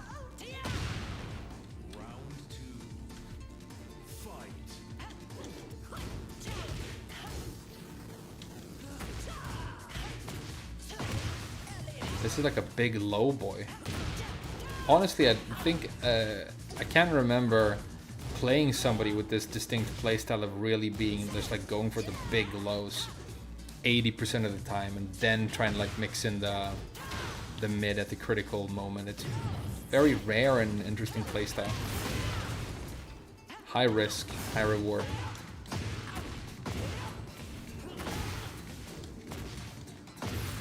But I can start hop kicking. Ever think of that? What if I hop kick? Is Zafina looking good tonight? Oh, it's the best I've ever done with her for sure.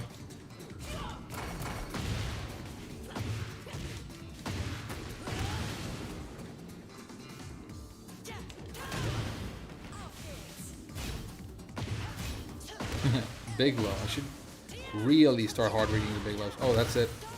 That's the round. Do you guys think Leo's overpowered? I've never, I've played 3 Leo since the game came out. I really don't know anything. I tried her in practice mode and everything seemed very good, but I don't know.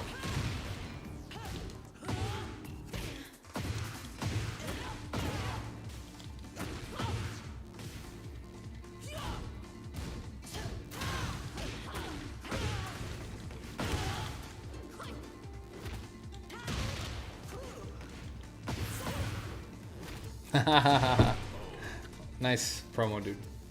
Leo seems cracked, yeah. I kind of agree. I feel like some of the stuff is kind of crazy.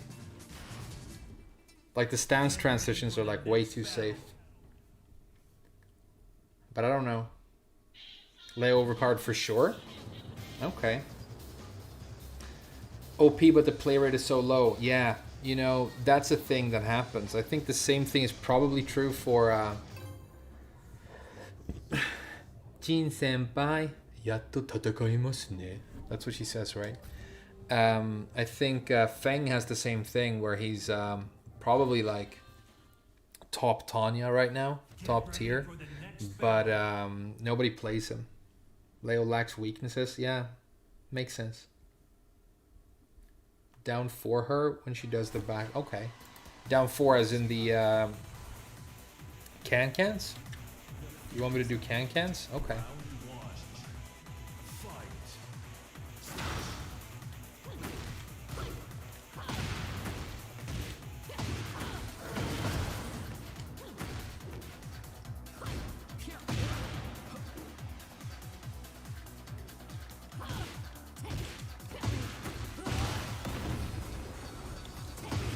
Oh, won't reach, will it? Okay.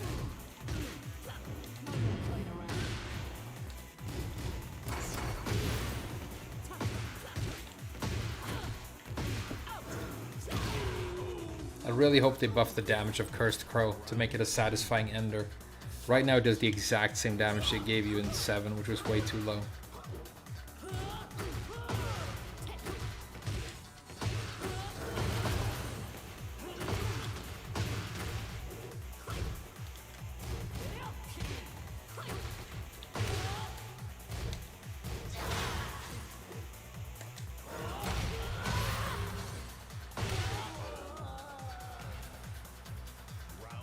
Uksam.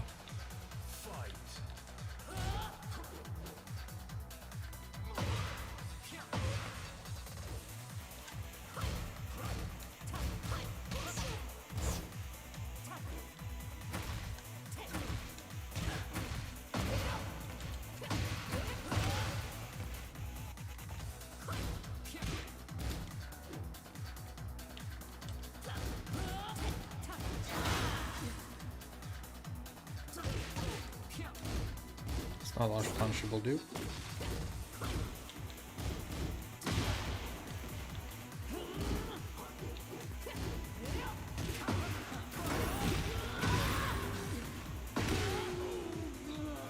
Uksam. I'm gonna get a snack after I beat this guy one more time. It's snack time.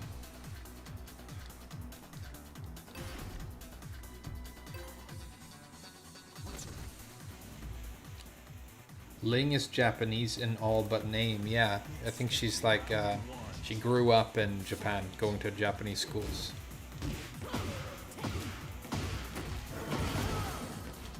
Because, you know, every character in a Japanese game has to go to a Japanese high school.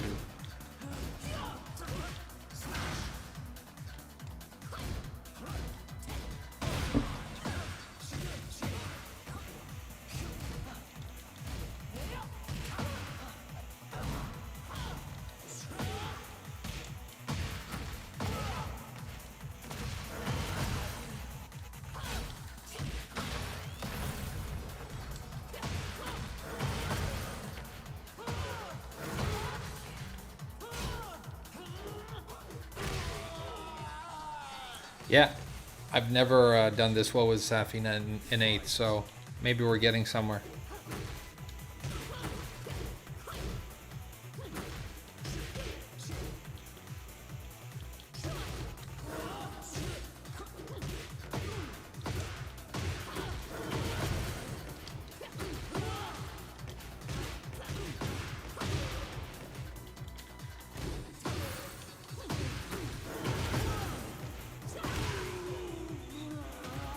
Uksam.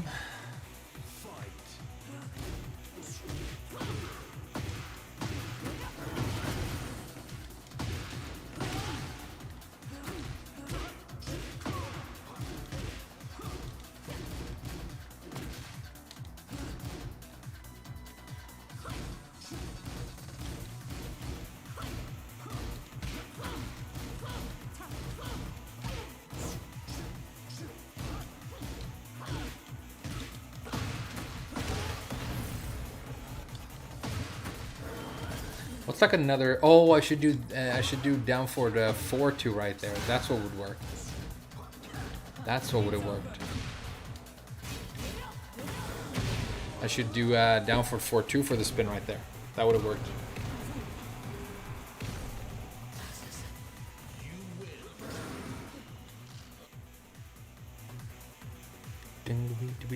The stage music right here sucks, but the rest is good. Get ready for the next battle.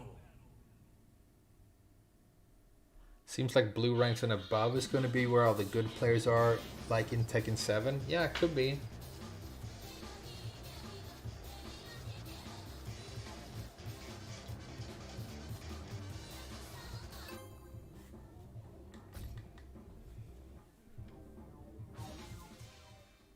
Do you all think it's possible to play Tekken on a regular laptop? I had a gaming laptop on MSI and it could not run Tekken 8 stable. It's a good enough laptop. I played Tekken 7 on that laptop for years, no problem. It was perfect, but 8 it couldn't really handle, unfortunately.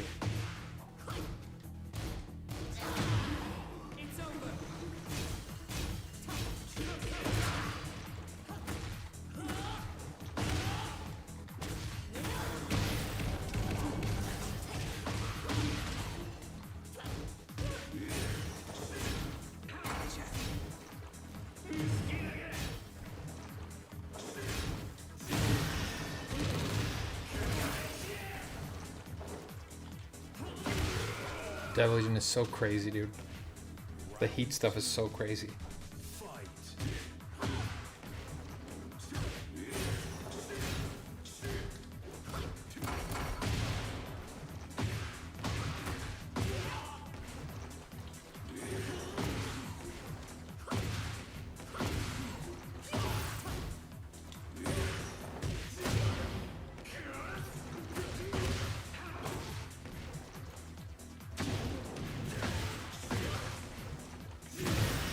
See? That's very silly. Fight.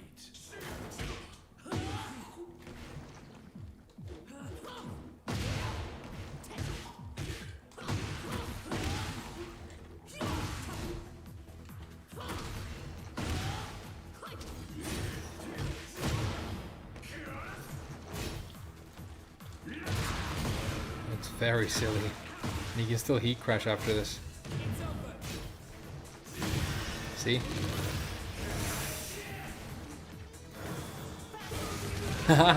Good choice. Good choice. We both did a beam. His was longer though. Johnny long beams over here.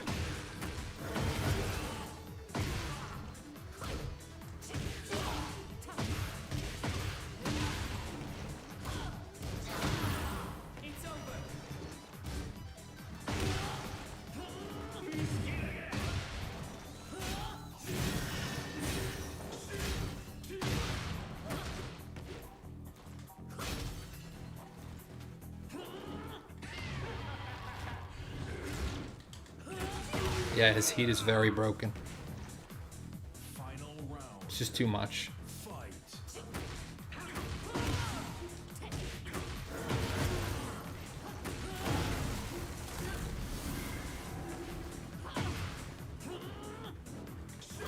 Okay. Oh wow, and he hasn't even activated heat yet.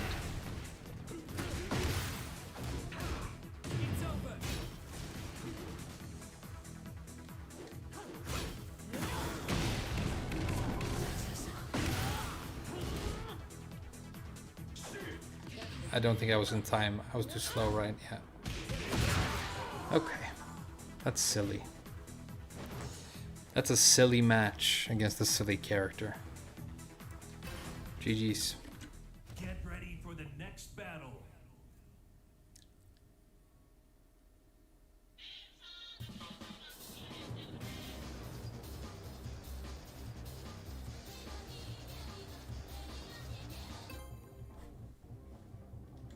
Everyone's broken in this game, so it's fair, kind of. Almost. I don't think... There are a couple of characters that aren't broken. I don't think Shaheen is broken. I don't think Lee is broken, even though he's very good. He's close to broken, but not quite. Still has a couple of flaws. You can still beat a Steve or a Lee. I think Claudio is very reasonably balanced. I think Zafina is underpowered. I think Elisa is also sort of the same power level as Lee. Not like broken, but kind of strong. Lee and Elisa would be in the same tier for me. And then you have characters like Jin who can't lose, and Dragonite, and King, and Jun, and Xiao Yu, and probably Feng, and Devil Jin.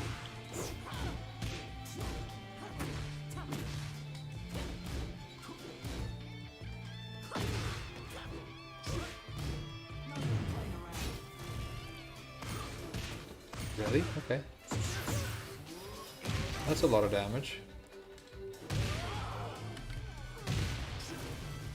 Round 2. Broke his rematch rule? No, he quit before me. You didn't see it? He declined the rematch before I did. So it's fine.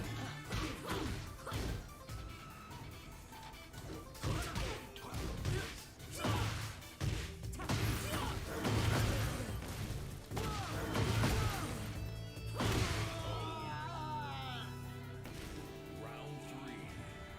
Fight.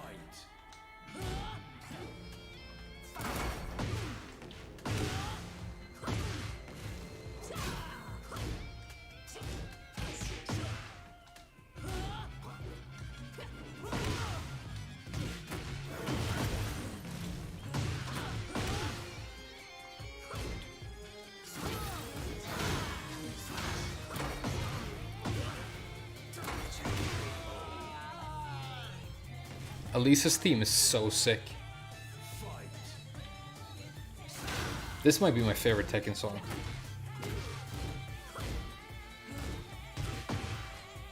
Which is sick because Elisa's my favorite character right now.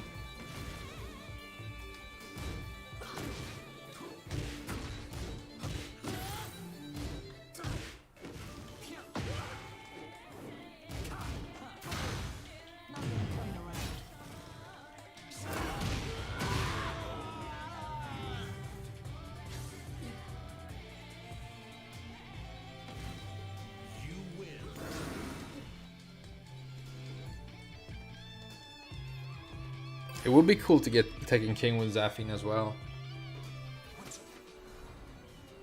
Unseeable low into unskippable cutscene. Why do you hate me so much? Yeah, Devil Jin imposes his own aesthetic on the fight in a way that is oppressive mentally for the opponent. That's another reason. So think of, if you are a Devil Jin player, think of it this way, right? So you have the unseeable low hell sweep. I mean, I know it got nerfed. You know, don't cry about it. And, you know, shouldn't exist at all. But because that exists, Devil Jin is constantly, when he is around you, basically representing silently a very dangerous mix-up. So the opponent can never chill. You know, when Zafin is just standing like this, the worst low that I can do to him is like a down 3. And that's all potentially really quite risky, not that fast. It's not a knockdown move, you know. So it's almost like, you know, Devil Jin is, and he can do it after a crouch dash, of course, so he can like get in and do it from a distance. So you never really feel safe, and that's a constant strain mentally on the opponent, always having to worry about when the hell sweep's going to show up. And then on top of that, he has the Kunimitsu thing. The Kunimitsu thing, where Kunimitsu, I did a whole video on why she's very stressful to play against, because she enforces her package from full screen, and she forces you to move in certain ways even when you have space. So against Kunimitsu and against Devil Jin in this game, you can never, like, you know, like if I want to back out now, I can get some space here and like watch my opponent, I can sort of go back to neutral. But against Devil Jin, because of that fly thing, you can't do that either. So he's constantly forcing you to look for the hell sweep. He's constantly threatening you even at a range. So you're under mental strain the entire time this is happening. And then when he does get a hit, it's a light show of heat and lasers that explodes all across the screen. It becomes almost impossible to see anything. And, you know, the one thing leads into the next thing, which leads into the next thing. He shoots the thing, the chains, he flies in. He does a very difficult to step, almost impossible to step mid. You know, that's the move that they made linear in the nerf to him, but it's still not linear enough that you can consistently step it. I've done it twice since that nerf was made. And I try every time and I consistently fail, right? He gets that, you know, he heat engages off of it. Now he's going to heat crash, and that's also a giant cinematic, and he gets plus frames. So when he's at plus frames, now he's in an even better spot to threaten the hell sweep. And he can also just do a steel pedal, so if you attack and try and interrupt, he gets a counter head launch. So like for the opponent, it's like a perfect storm of low quality of life and frustration. And so it's not strange, I think, that people do not enjoy the Devil Jin character design. And I think even if you nerf him to a place where he is like reasonably balanced, which he isn't currently, people still wouldn't enjoy playing against that character. You think, you know, same thing, like people didn't like playing against Lucky Chloe even though that character was bad, but it's because if they mess up and they get hit by that Kali roll, they know it's like 100 damage, you know. It's that sort of a thing. Plus, but it's like, imagine if Lucky Chloe was the best character in the game. You know, imagine that, and then had like the best punishment. You know, flash punch combo, hit confirmable.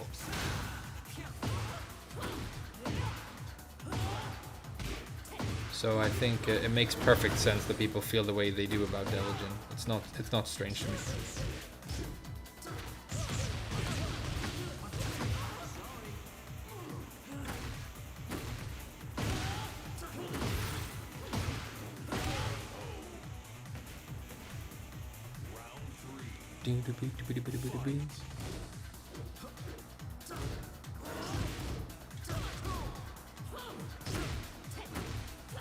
Good low parry.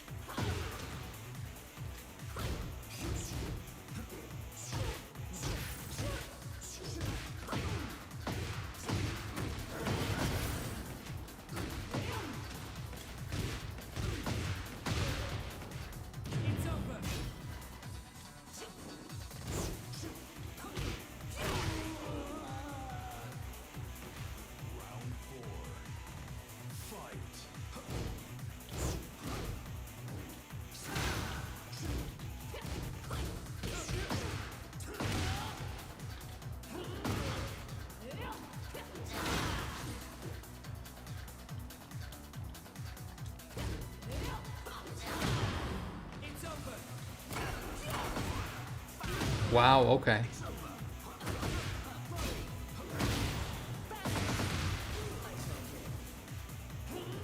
Oh, nice, okay. Is this gonna be final round? Prefer if it weren't.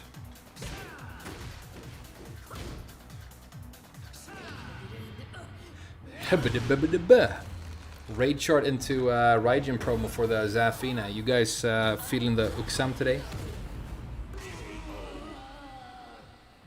He looks like the bad guy from the Last Crusade.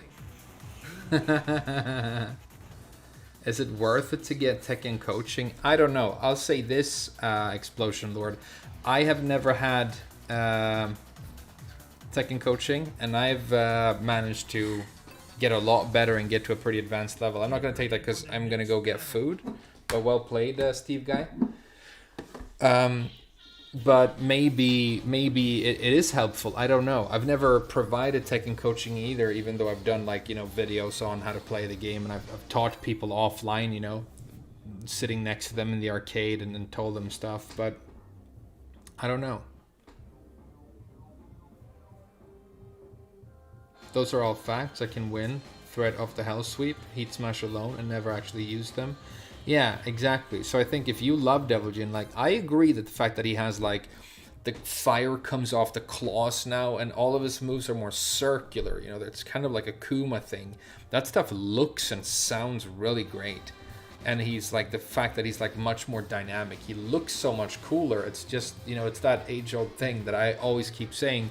When you make a really cool character, you need to make it, cool for the people who want to play the character, but it also needs to be livable for the people on the receiving end. It's why people think Reina is so awesome right now, but people don't want to play against Reina, because she starts spinning and talking and pushing you and pushing you and pushing you,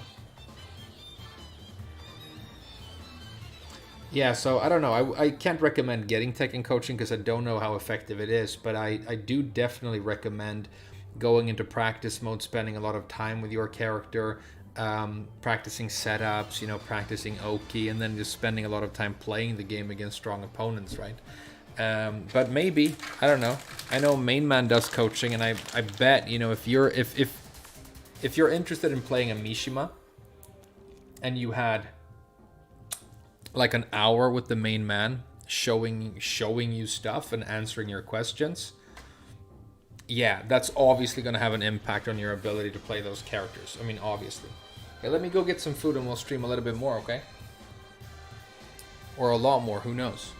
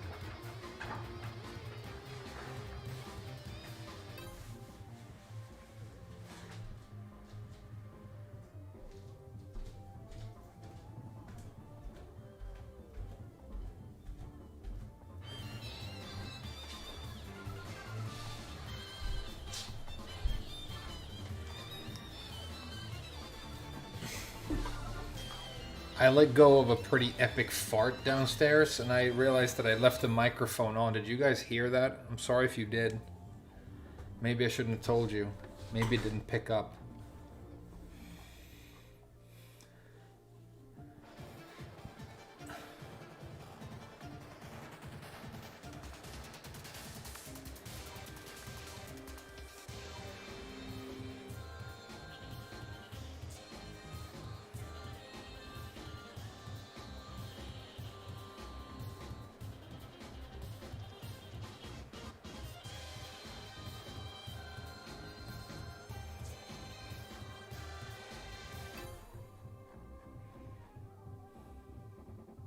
No, you didn't. You felt it. But that's hilarious. Alright. For sure I heard it. You felt it in your soul, maybe. Appreciate you even if we disagree on Tekken Store. Hey, dude. I appreciate you as well. And that's why I made a second video. I kind of wanted to say that here's what I really think, explained, like, you know, in more detail. But if we can't agree, then we'll agree to disagree. We don't have to dislike each other, dude. Appreciate you too, dude. Do you guys want to... I did have... But I do feel like some people who like watched that video and decided to get upset with me really, like, again, didn't like, chose to not watch it. And it's okay, you don't have to watch like a 20-minute video of mine if you don't want to. That's a lot to ask. But like, I have a comment that I got, like, this video, it already has 444 comments, you know. And like, one of the newest comments here is like, why do you hate cosmetics so much? And it's and then it goes on and it's like an essay, right? I get very long comments on these videos, but it's like, if you, like, at what point did I say that I dislike cosmetics? At all. You know, I didn't make that point at all at any point. I really didn't. You know? I don't even necessarily dislike the idea of a store that sells cosmetics. I mean, I don't love it, but there's a way to do it and a way not to do it.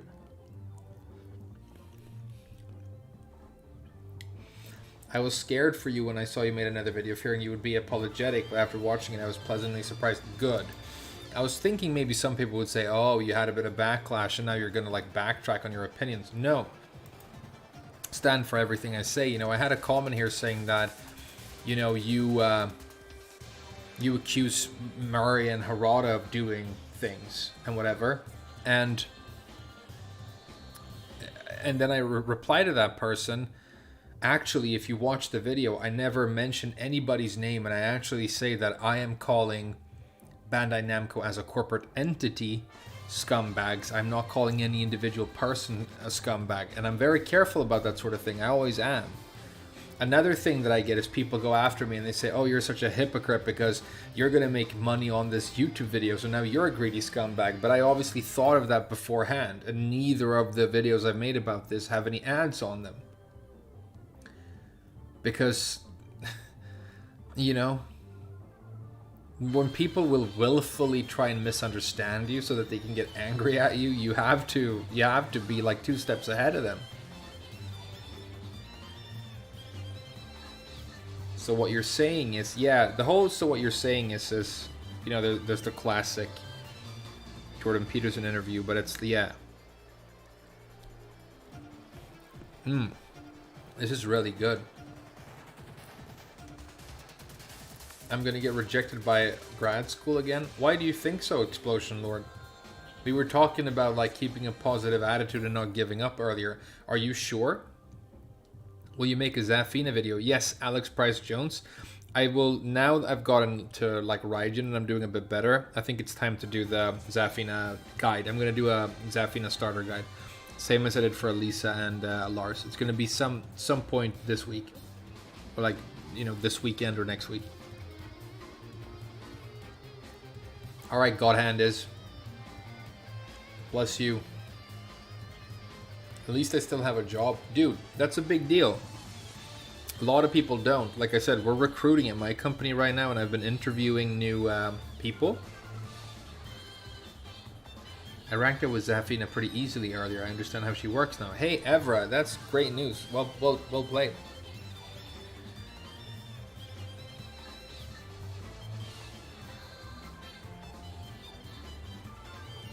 Your neuroticism is helping you in that case? Yeah, kind of.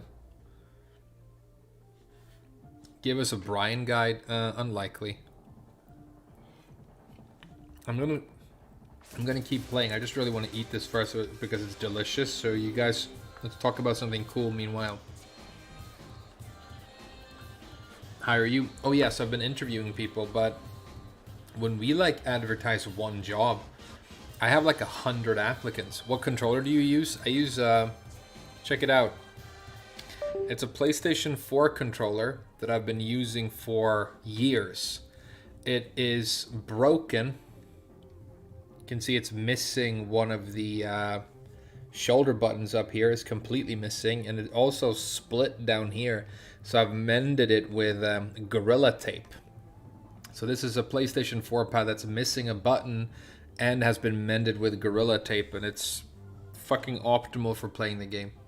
As long as the buttons are responsive, it's all that matters. The buttons that I use.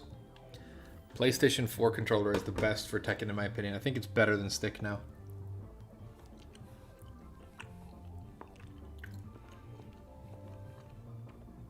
Project L's official name is 2XKO? That's such a terrible name. Is that true? Let's look it up. Do you guys want to react live? 2XKO. I'm typing it into Google. It's just showing me some sort of 2XKO, formerly Project L. Are you supposed to read it 2XKO? Did you ever consider Hitbox? No.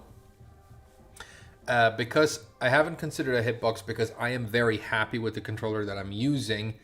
And it's not impeding me in any way, so there's no reason for me to learn something else. You know? There's no reason for me to learn how to play on a Hitbox because it's not like my controller is not impeding me. I don't have any issue with it. If I was like, man, I wish I could do these inputs more easily, maybe then, but I don't have that problem. How are you supposed to read it? Because Tekken 8, 2 syllables. Street Fighter 6, 3 syllables. 2XKO, 4 syllables. It's not fun to say at all. It's not since Fighting X Layer. Now there's a worse fighting game name. There's some sort of thing called, what's it called? This is the worst name of for a fighting game ever. Melty Blood Type Lumina. PS4 controller works on Tekken 8, or is it just a Steam input thing? I've always played on a PlayStation 4 controller in the older games as well.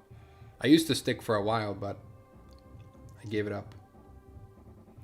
Hey, what's up, 4IQ?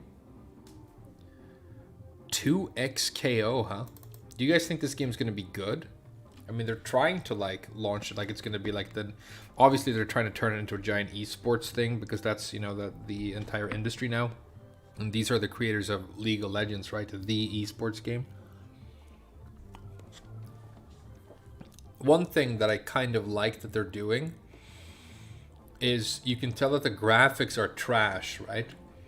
Graphics are fucking trash, but it's probably because League of Legends has a trash as fuck graphics, but that is because everybody can play it. Even if you have like a calculator, you can play League of Legends high performance, and you can still have an art style that is appealing and looks pretty cool without the graphics being super advanced.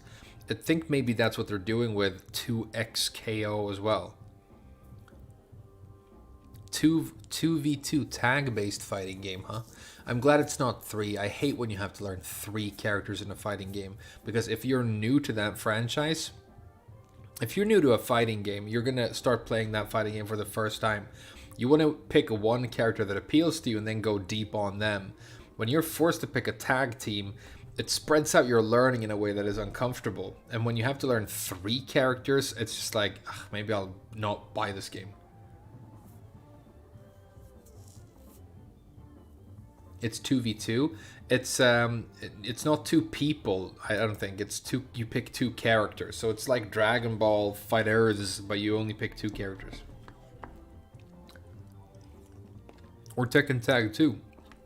Tekken Tag 2 was the same thing.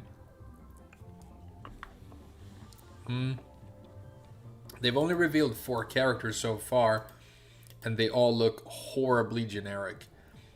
There's a guy called Yasuo, and he's just Mitsurugi. He's just Mitsurugi, and Hanzo from Overwatch, he's just the samurai guy.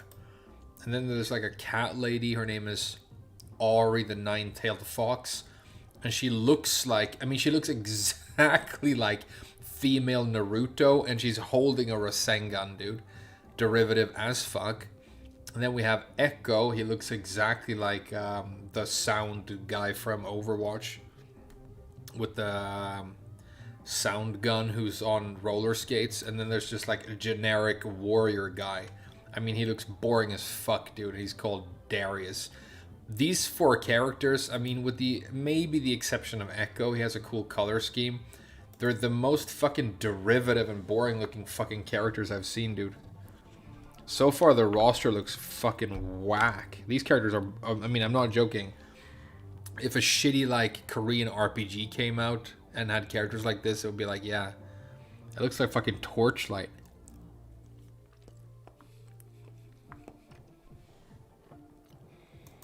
Like, of these 4 characters, just initial appeal, look, as somebody who doesn't know League of Legends, just looking at it now, I would rate the appeal of all 4 characters below 4 out of 10. Probably all characters are below 3 out of 10. Darius is a 1, because it was just like, draw me a warrior.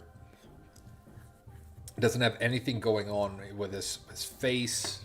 No facial hair, no tattoos, nothing. He's just like a vanilla flavored fucking big dude. Holy shit, this game looks like trash. I wonder if it's gonna be good. Maybe I'll watch a little trailer.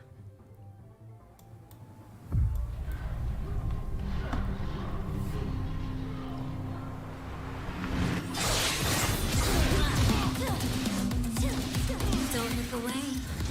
Are we hurting each other for sport? Face the wind.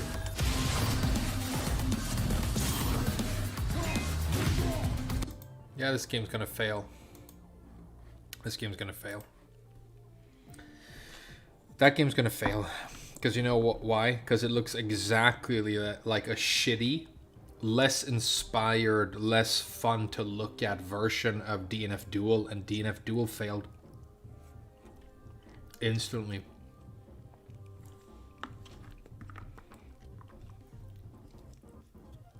And it was also based on a hugely popular Korean like RPG.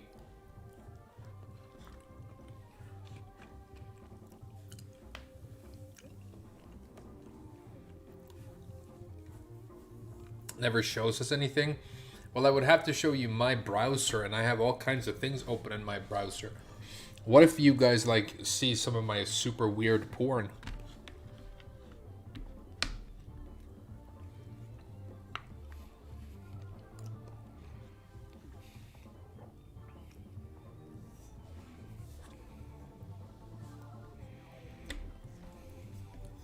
It's gonna fail.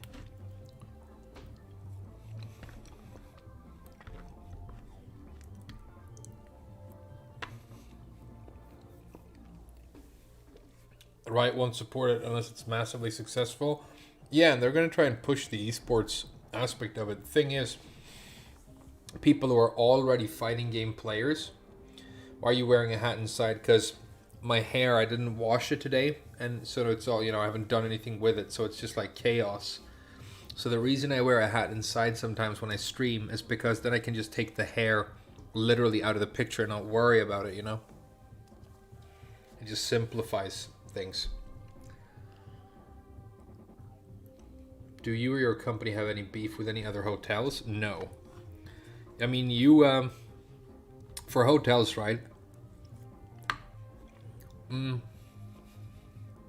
are different levels of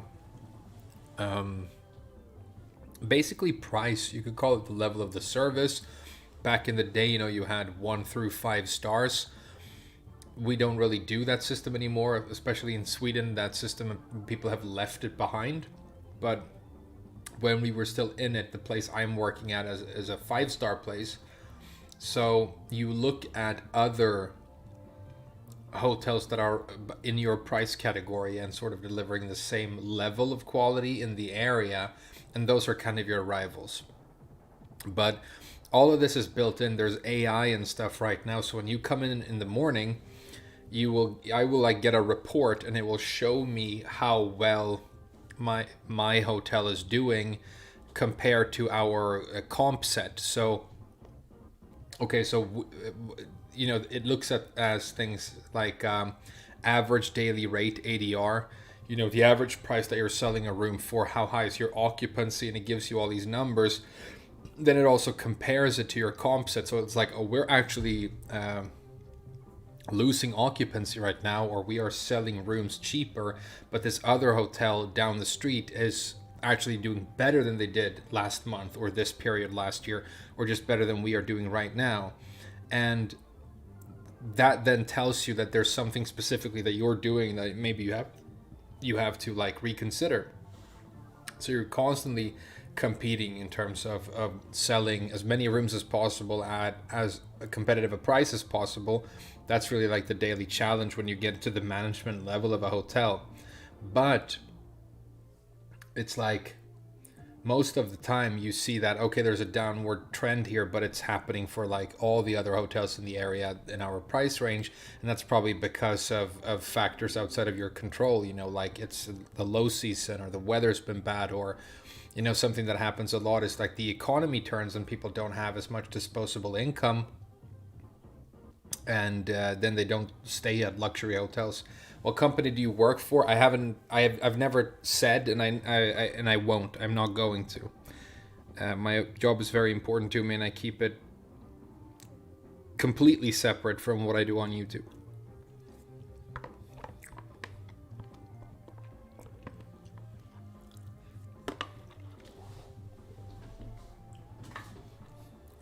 But you guys don't care like what my real name is, right? I always felt like, why would you?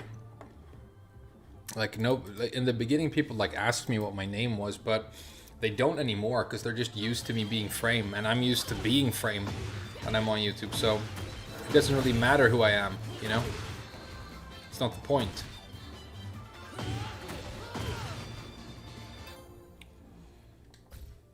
But I would never like create a situation where, you know, this YouTube stuff could interfere with the more important aspects of like my real life. I keep it very separate. You know, my girlfriend's face is never going to show up in any of these videos.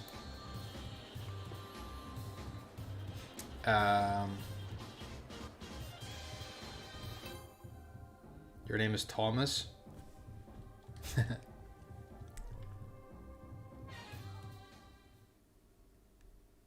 Get ready for the next battle. How's the Tekken journey going? It's going quite well. How far will you go trying to reach top rank? I want to reach top rank before... oh, Kaizoku Lars. This is one of the best Lars players in the world. That's crazy. Let's go. I think he was rank number 1 with Lars. It's lagging though. I wonder where he is. It's a shame that someone who's cool enough to be like the best Lars player would stoop to playing Devil Jin, but top players don't really think like that. To them, the game is just kind of a meme anyway.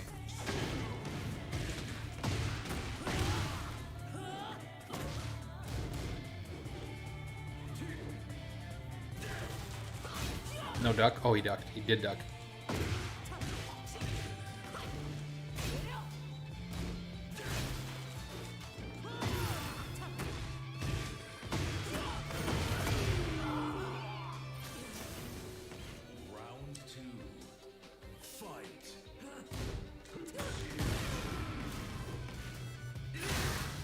He's got Bushin and he doesn't even know how to play this character yet.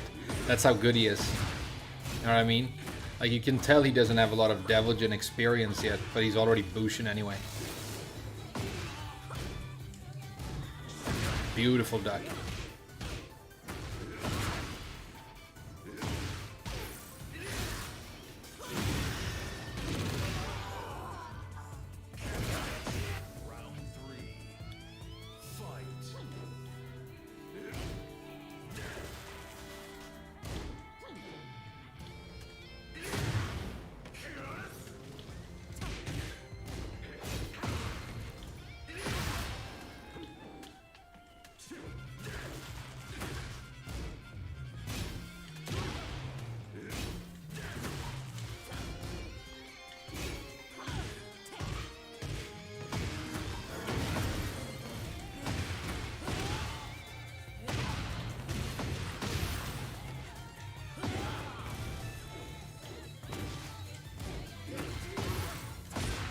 Nice.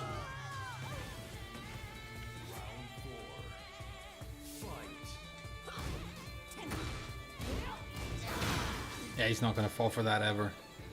So just wasting health if I attempt to really. I need to come up with something better to hurt him.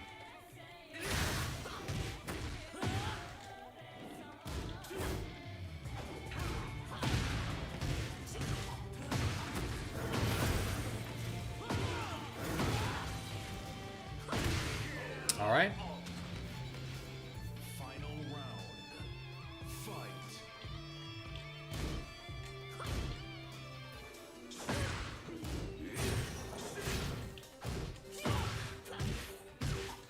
Oh no.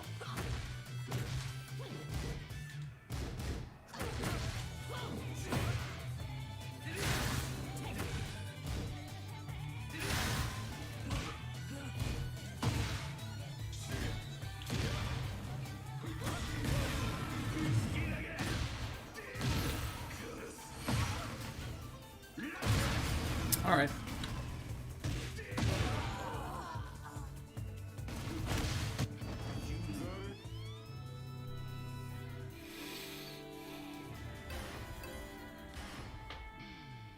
Get ready for the next battle. Tekken King Jin, whose name is Da. He's a plugger. If you see him, don't be surprised. All right, thanks for letting me know. I wish I could find him and just block him before I find him, you know. Did Zafina lose health with her own attacks in Tekken 7? No. No. And she had some of these purple hand attacks before. She had the parry, she had the Cursed Crow, and they did no damage to her. So it's a strict nerf. It's a cool idea, but they didn't execute it properly. If you wanted that to make sense, you introduce a massive downside, you have to introduce a massive upside, and they forgot to introduce the massive upside, and that's why she's currently the weakest character in the game.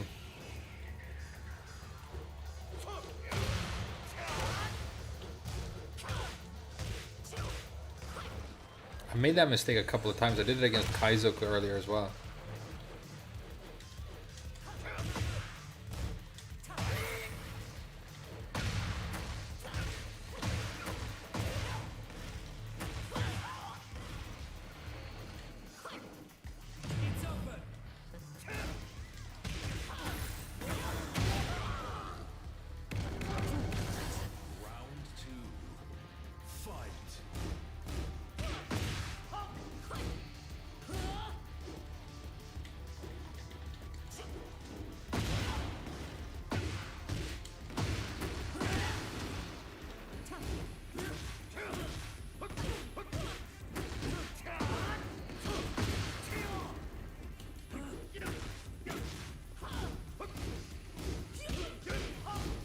Alright, I can't launch punish that anymore because my...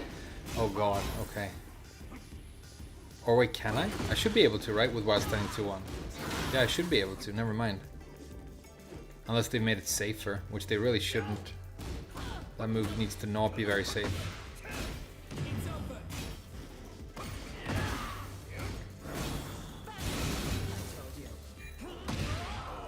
Why did that hit me? I thought I hit you first, dude.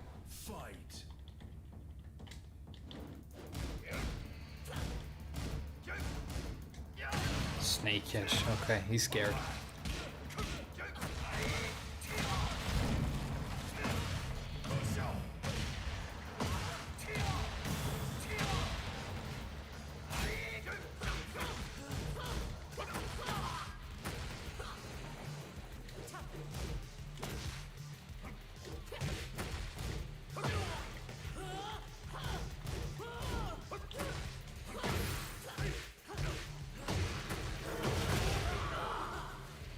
Just give her more damage on all the hand moves. So that would give her better combo damage. It would make sense that you want to use these hand moves when you are in heat because they become armor moves. They just need to give them more damage. It's one of the few times when that solution could actually just be a damage nerf.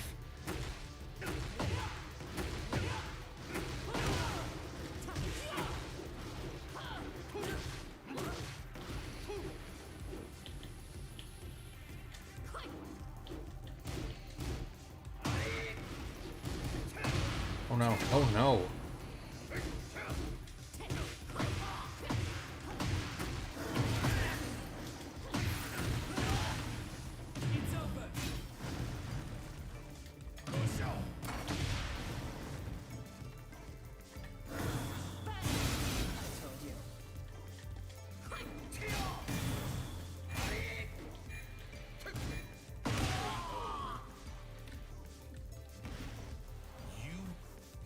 It's not like hard to beat Raijins on Zafina right now, but I think a lot of good players are actually going up in the ranks, so the lower ranks are becoming like easier to play at. Stop the copium. Yeah, no, she's very, very, very bad right now.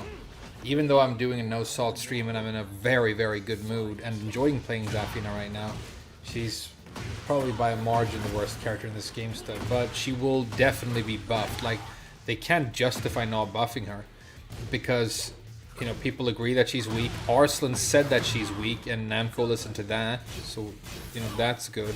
And then she also has, I think she's the least used character in the roster. So Namco have all of these very strong indications, you know.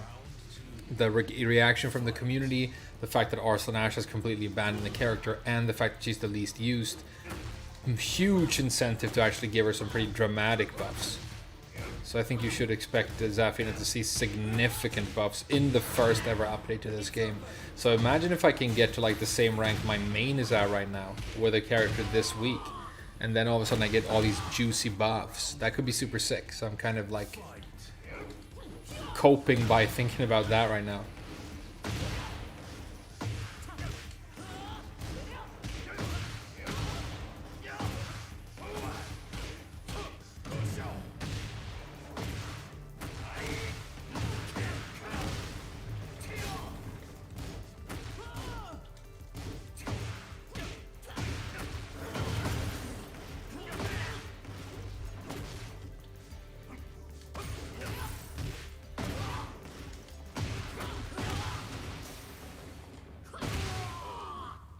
GG's.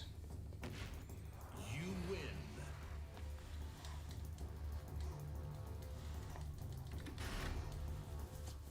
Get ready for the next battle.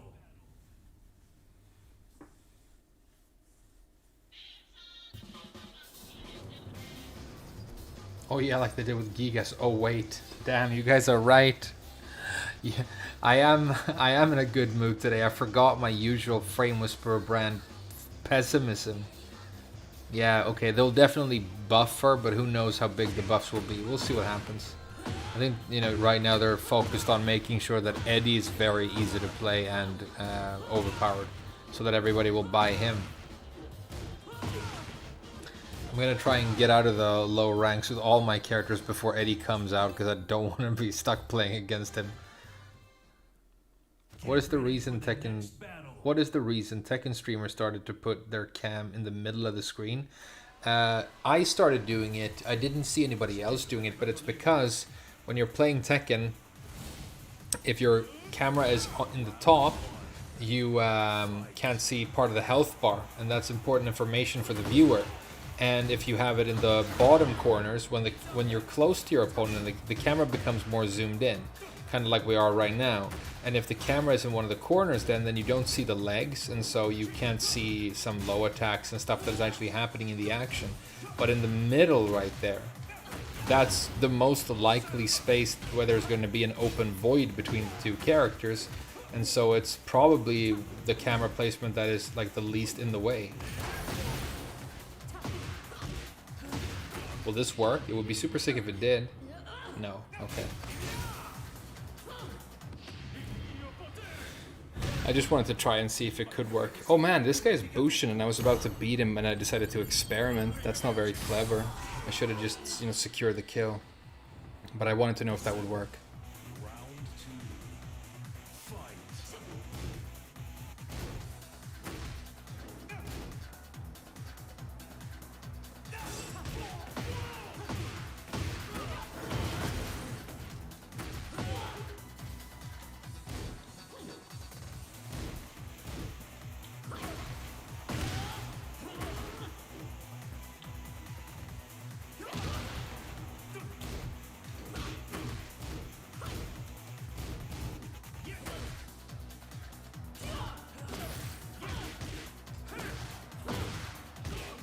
Damn, I'm beating Bushins with Zafina now? That's pretty crazy. What a glorious day.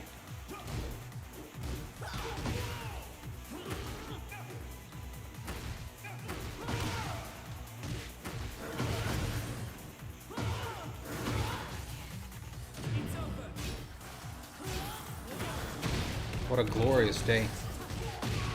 I could have taken that first round if I comboed properly, so in theory I've already won this.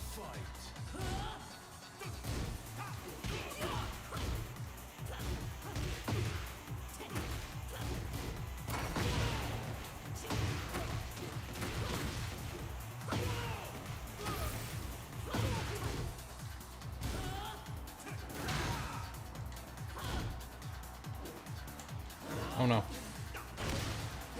Don't spaghetti it now.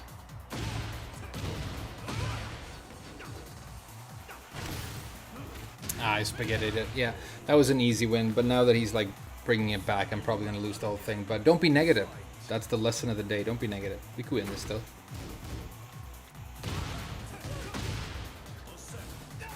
Oh wow, okay.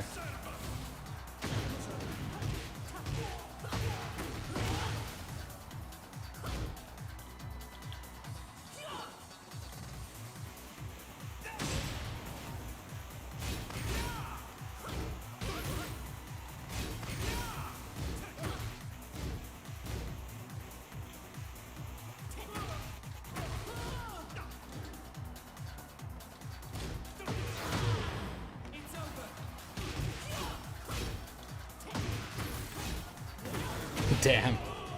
Get cooked, dude. Uksam.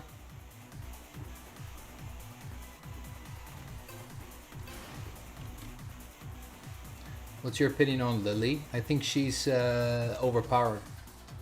But I thought Lily was one of the most overpowered characters in 7, and people didn't know or didn't think that and barely used her. But I think Lily was already overpowered in 7, and now she's been power crept in a pretty significant way where she has all this crazy new stuff. So I think Lily is, in my opinion, way too good. I mean, she's always been fantastic. The movement, the lows, her damage is like, you know, her damage is crazy. Lily has crazy damage, very good combos.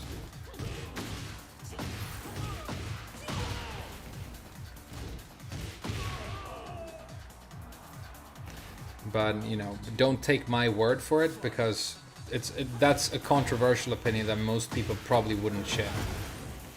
Let's put it that way.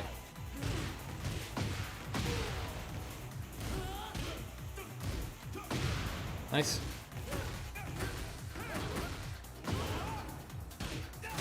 Good combo. Ah, he mixed it. Spadici. What's your opinion on Leroy? I think Leroy looks cool, and he's currently one of the weaker characters in the roster. I agree with that. My problem with Leroy has always been that I don't enjoy the design of Hermit. If Hermit wasn't like so uncomfortable and cancerous to play against, then I would probably be if not a Leroy main, then at least a Leroy player.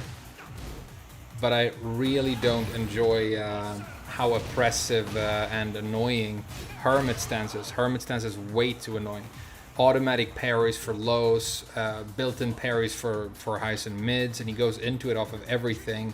You try and like sidestep the stance even when he gets blocked, and then he has all of these like homing moves from the stance, right? The lows, and they are always counter hit, so they, you know, give him counter hit launches.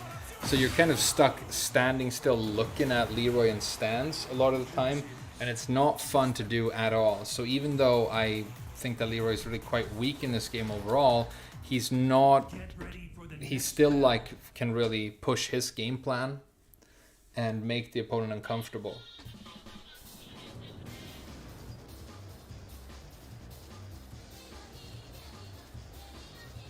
I like that he has the new back 3+4 or whatever it is, which is his like little attack throw. Oppressive and annoying. Yeah, well, Zafina is not oppressive and annoying to me, but that's probably because I know her because I play her, you know?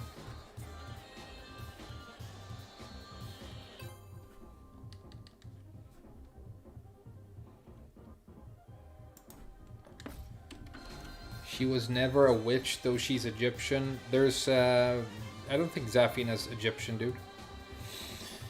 I don't think that's ever been stated. I always thought she was a Rocky. I'm really liking Raven. What's your take on him? He has had a big, what do they call it, glow up in this game. I think he's quite advanced. I think he has a lot of really cool moves. He might be one of the stronger characters. We just don't know yet because he's sort of underplayed. I like the design of Raven. I liked Master Raven even more. I think a hot new, like super sexy, big black patatas like Master Raven in this game would have been even sicker, but he's definitely sick. My only like criticism and problem with that design is that when he runs his clones, which is like, you know, most of his good moves now are these clone moves, and they can be purple and they can be yellow, and you know, there's so much visual noise on the screen that I think you sometimes win because your opponent just can't like see what's going on. And I know you have ninja characters in games, and you know, you hit them and they turn into smoke and they're not there, and then they show up somewhere else, and it's supposed to be this like, you know, parry or this deception thing, and that's part of the thematics. I get that, and I think that is cool when it's done right. But right now, Raven can have like 6 clones plus himself on the screen at the same time, and it becomes like boom, boom, boom, boom. And I said I don't have that problem anymore because I've gotten used to it. But when Tekken 8 first came out, I had issues playing this game because it was so aggressive, and then it has all this dynamic camera when you hit with a heat thing or you activate your heat or certain moves. There's all this like these camera angles and these lights, and there's so much going on visually that it actually started to give me a headache when I played it for too long. And I think Raven might be one of the worst defenders when it comes to being like a headache-inducing character. But at the same time, I would probably call him one of my favorite designs in this game of a character that I don't play myself. I think he's sick.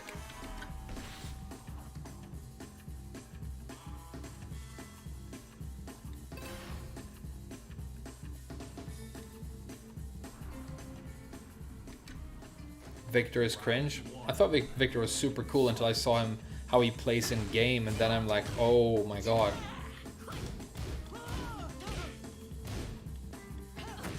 If you're gonna play a ninja in this game, you have 3 options. I think they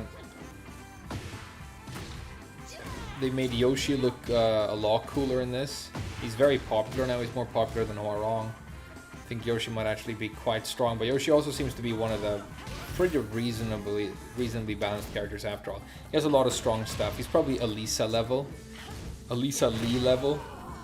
That's like the strong high tier. Or no, just the normal high tier for me. It's like Elisa, Lee, Yoshi. And then above that you have the broken tier. And that's where you have the characters that are like so fucking broken. And then above that you have like Jin Dragunov tier. You should hit confirm that, dude. That's how Leia works.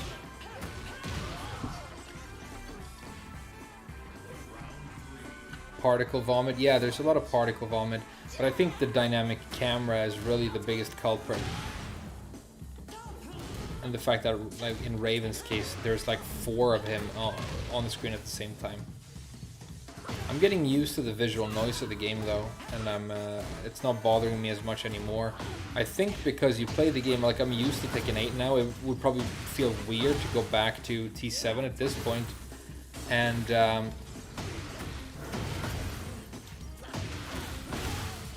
let's do right this time. No. It's hard after a balcony break. They've changed the timing in a big way for that move. When you get used to it, as I'm watching the screen right now, I'm actually filtering out like almost the majority of what I'm seeing. You know, I'm not looking at all of it. I know that Zafin has the purple blur to the left, that Leo is the red blur to the right. I'm registering what moves are being used, but I'm sort of filtering out the background and the hit sparks. Before an attack happens, I know if it's going to spark or not, you know, stuff like that. So I think you get used to it and your brain starts filtering out a lot of what's happening. And you can tell I'm talking about a completely different topic and I'm not really focusing on the match, even though I'm like actively playing it. It's that sort of a thing. Maybe that's why it doesn't bother me as much anymore. But I like Raven.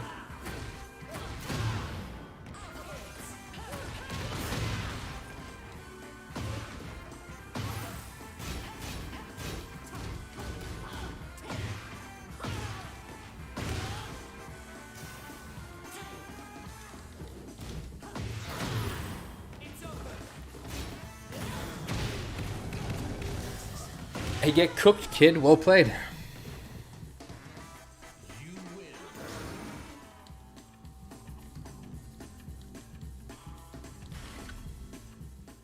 Get ready for the next battle. Where do you all go to learn more about specific characters? I am almost completely self-taught, although I've watched guide content on characters that I wanted to learn how to play that I couldn't play, but when you learn enough about what Tekken is like and how it tends to work, all you really need is practice mode. Your favorite podcast, some music, and practice mode, and then you can teach yourself.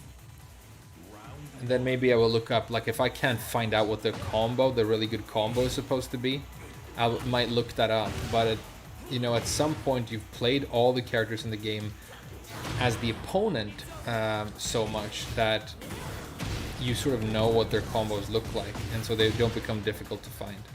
I think this guy's a plugger. I think I remember getting plugged on him before. We should block him after this.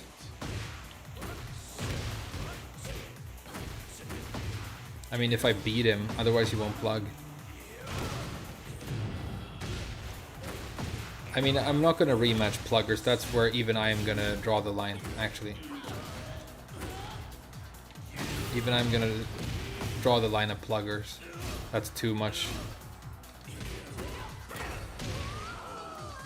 Playing pluggers is a little bit too much. It's like bad for the game if you don't put them on a block list, kind of. Obviously, if this guy, if I'm wrong and I'm conflating this Dragunov with some other Dragunov who was a plugger and this guy isn't, then it's very important for me to say that I'm not 100% sure, although I am pretty sure, because you don't want to like not be a plugger and then have like a streamer talk about you being a plugger to hundreds of people. You know, that would be very unfair.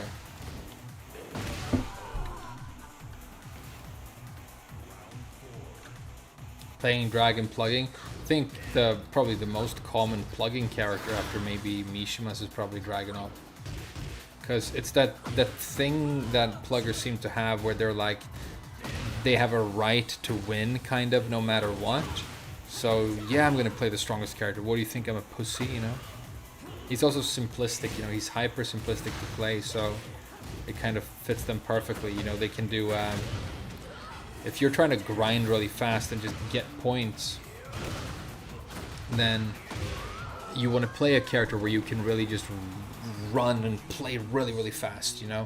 You don't want to play like a technical character that's going to spend a lot of time on defense if you're cheating, because first of all, you probably suck at fucking defense if you're cheating, but it's also like you're going to get fewer games in an hour. If you're playing Dragunov, I think on average, your match length is like half of maybe, you know, say an Elisa versus Zafina match. Get ready for the next battle.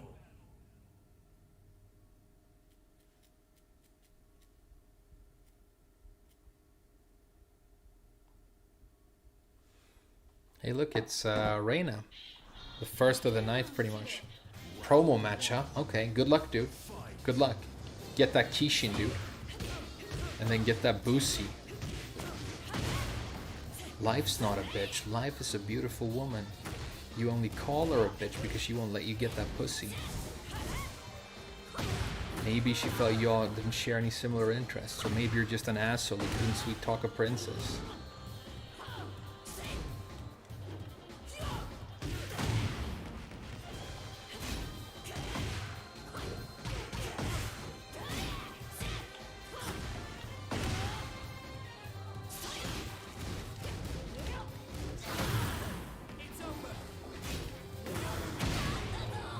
If you transition into Scarecrow off of 3 and then do the heat thing right away, so far nobody's blocked it. Now these aren't cosmically high ranks, but it's interesting that people like seem to not even have time to react to it if you do that. That makes it really quite powerful. That's like a good transition.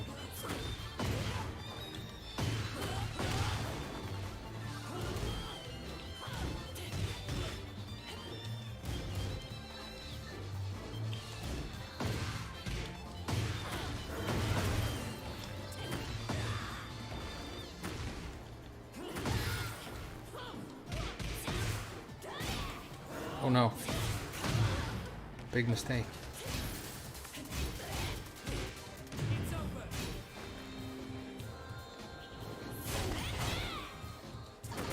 Oh, the Reyna heat string. I forgot about that. All Reyna spam nothing but that string as soon as they enter heat. I think it's kind of boring and weird. But I sort of have to need to look up exactly what it does, because it's a certain kind of Reyna. There are good Reynas. Like, what was his name? Hachi Spirit that I played today. Like, that guy was sick, and he didn't do that at all. He, like, actually used his heat. He didn't just, you know, go into it and then do one string.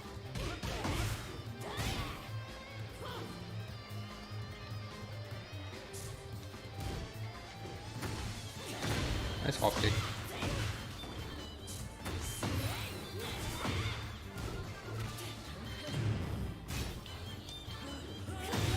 Okay.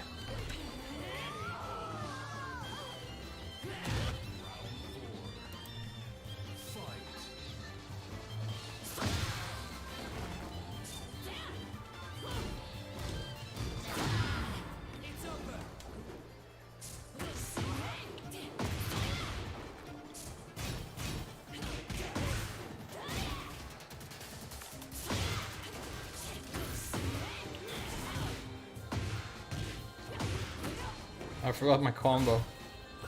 That's funny.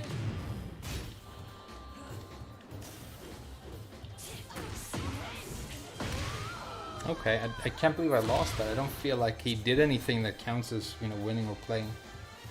ASAP Rocky guy? Hey, how dare you, dude? Don't compare the two. Don't compare ASAP Rocky and ASAP Rocky, dude. I mean, I guess you could. It's not even the same genre. Not really. I think Aesop has his own genre. I mean, it's rap, but it's, you know, it's its own thing, totally.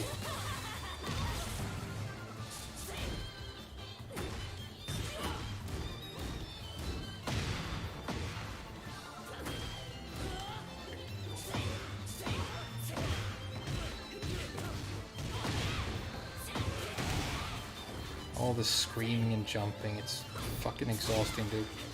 I wish they'd made another, like, flagship character for this game. That's a heat engager.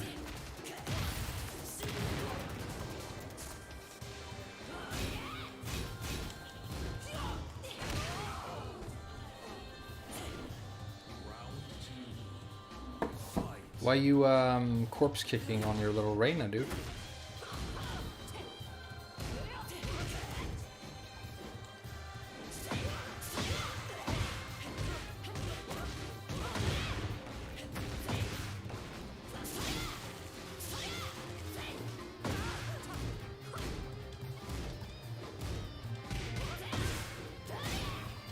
Yeah, I don't feel like Zafina can win this matchup.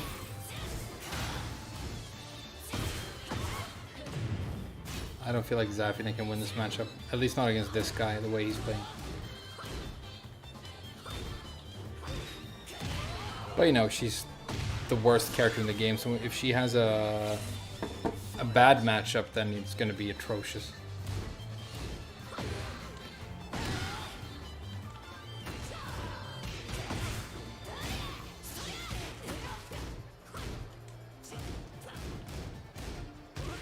Good punish.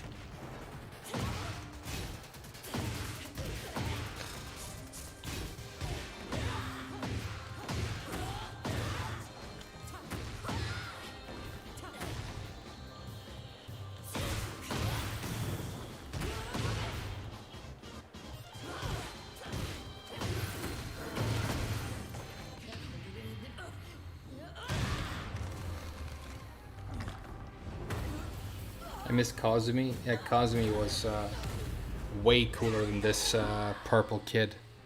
This purple ball sack. Kazumi was cool, for real. Here, here.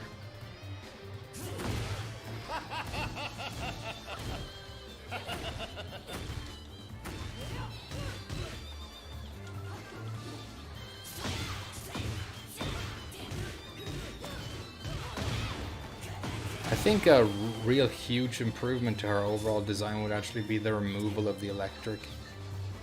It feels very tacked on, and it just, you know, gives her this entire other, like, layer that she doesn't need, because she's like a spam character, right?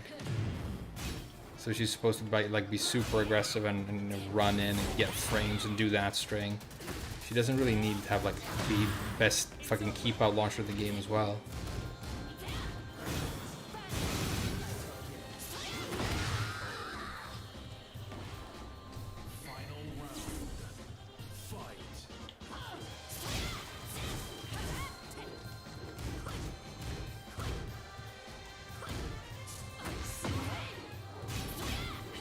Why does she have the fucking hunting hawk from Heihachi as well?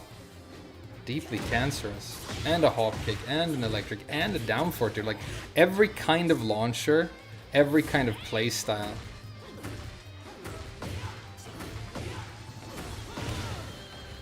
It's like an Armor King thing where she, like, literally has everything. Yeah, I hate the fact that she has the electric. I want them to remove that for her. I mean, it's never gonna happen. But, you know, it's necessary. They should remove her electric. They should remove her electric. I think it would be... she does feel complete without the electric. Yeah, you could remove half of everything she has. She'd probably still feel complete because she has everything. But the electric is just like, you know, she's going in, she's being hyper aggressive, she's playing like a, you know, an orangutan. And then she can just backdash and activate the best fucking whiff punisher in the game as well. But yeah, I mean, you know, whatever. It's fine.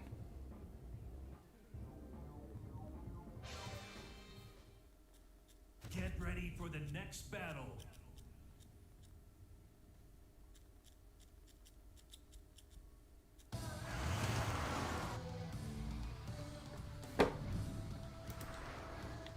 Round one. Fight.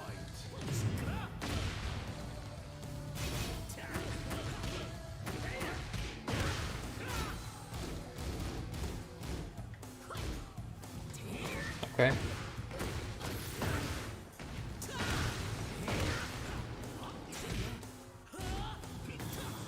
3-bar Wi-Fi Warong.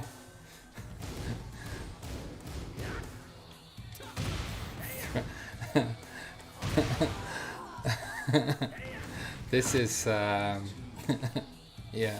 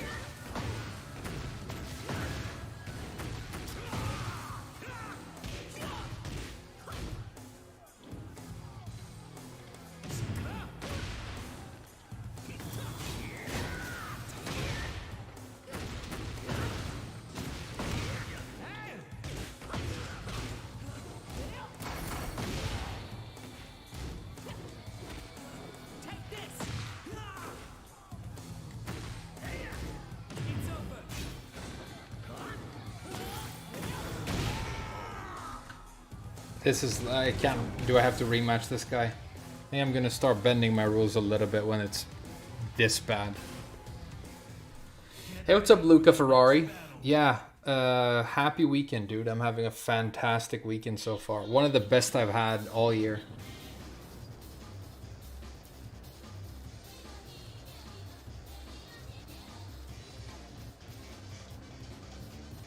Why did Chloe have beef with Eddie? Because in Chloe's ending, she hired Eddie as a backup dancer, and it's a very weird one because her personality is completely different from what you're used to. What they're showing is that idol culture is like very, very strict, and it's like a hard and very like strict and kibishi world in Japan. You know, it's all cute on the surface, but it's actually hell and hard work on the inside of an idol's lifestyle. So maybe that's what they're trying to like get across with that, but it obviously doesn't translate outside Japan, but neither does most things that Namco try and like do. You know, like we don't think it's sexy when we have the entire female cast is made up of 16-year-olds, but to them that's like, damn, look at all these juicy kids.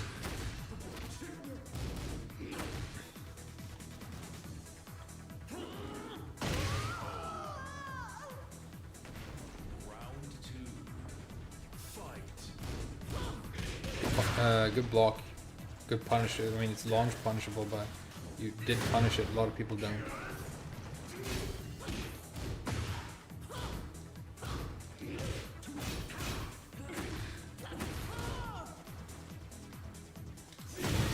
Wow, broken. Very broken. And the win button, the house sweep.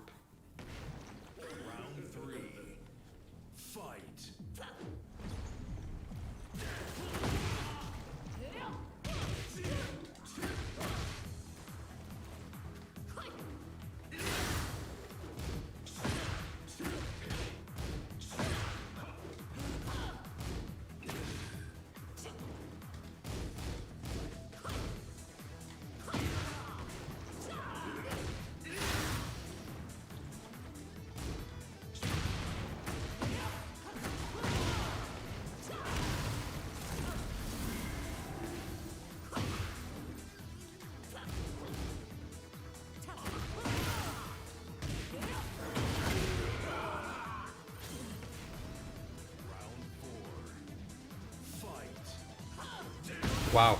Okay. That's the round. Pretty much. You can't get launched by Deluge and end up in the corner.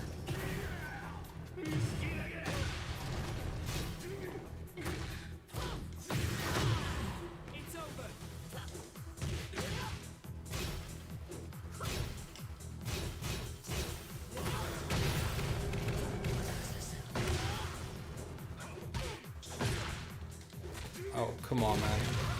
How scared are you?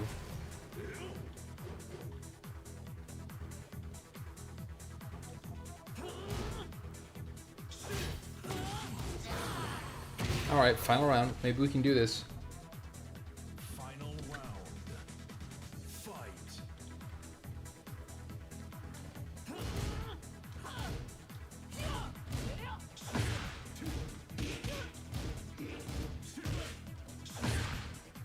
Okay, whatever, dude. Whatever.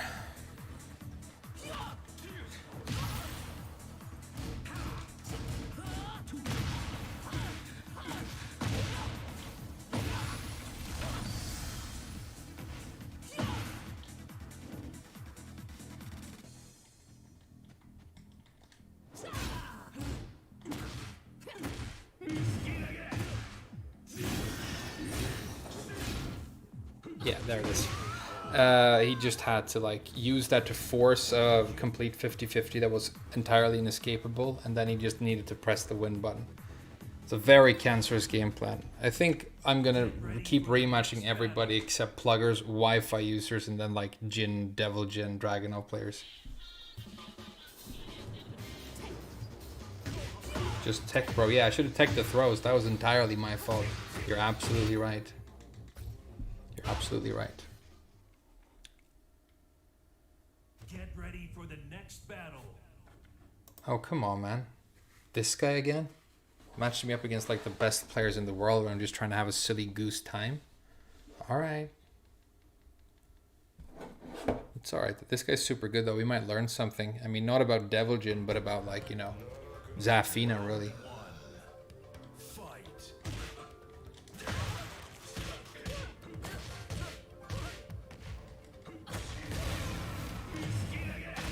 It's very strange to me that somebody who's like a very high level Lars player would choose to play Devil Jin at all.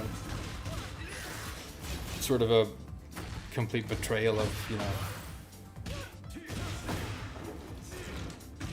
the playstyle of your main character.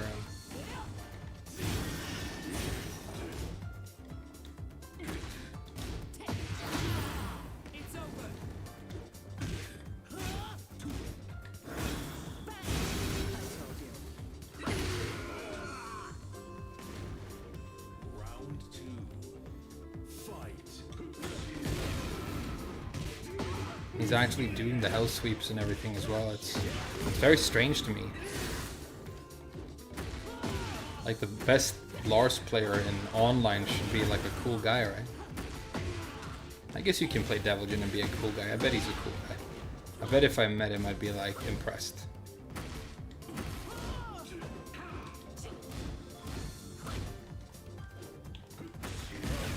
I'm not impressed by these hell sweeps though. I'll be honest. I'm not impressed by them.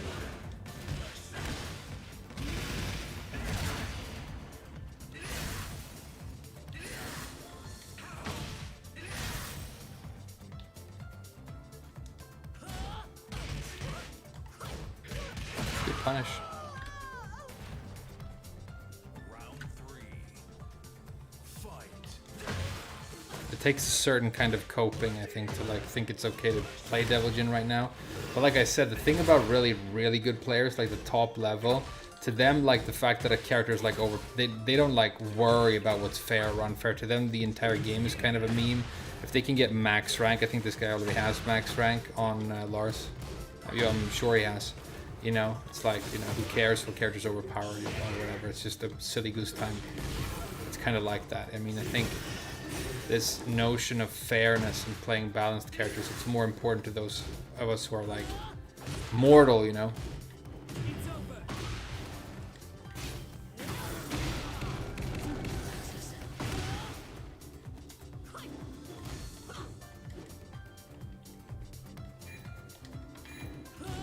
Good block. What a block.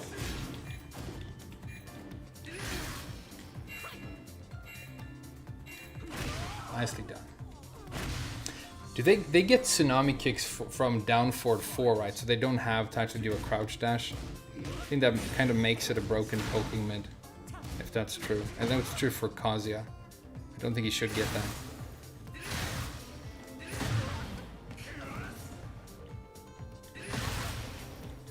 Yeah, and I've said this before, I think Demon Paw, for all 3 characters that have it, but especially regular Jin, is probably the single most overpowered move in the game. I would remove Kazuya's Demon Paw, I would remove Devil Jin's Demon Paw, and I would definitely remove Jin's Demon Paw. I think all 3 are completely game ruining right now. But yeah, good player. Amazing player. Get ready for the next battle.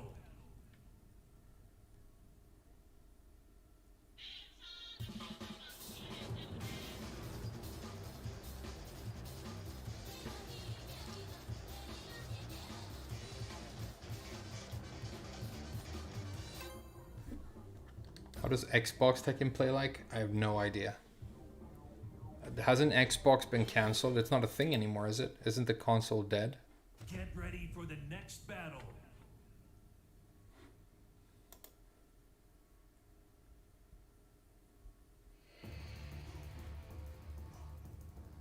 Il sigillo è arrivato al limite. No, it's Robin.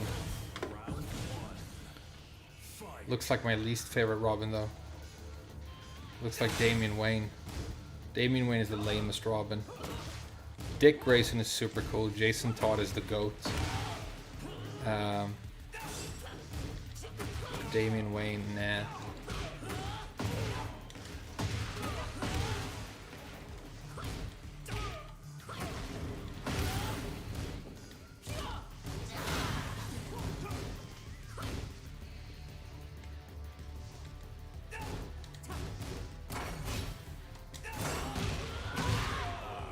Parrying or running 2 from Claudio, that's kind of cold.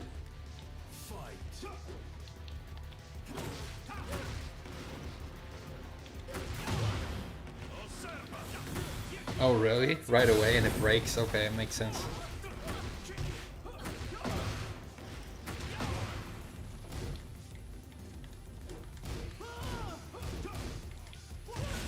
Nicely done.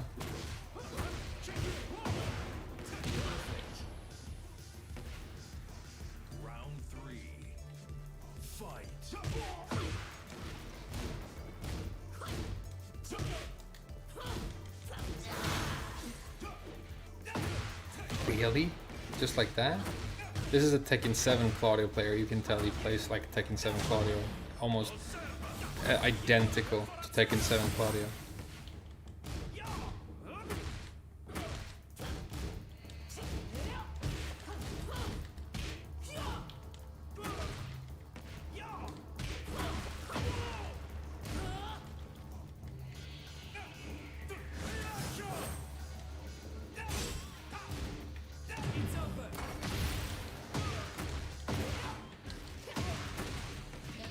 Did that work? I'm so happy that I actually managed to do that. Don't know, it's probably not going to kill, but you know, it's close. And I still have heat. I'm going to shoot the beam from a range and see if it kills him. Didn't. Oh god, and he did the same thing, so I can't criticize him for it because he had the same idea as me.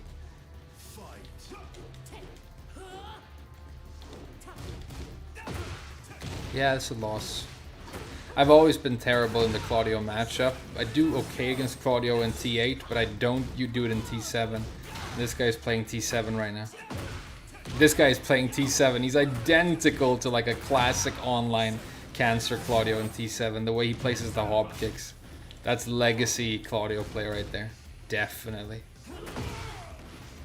He did not pick this character up recently. Yeah.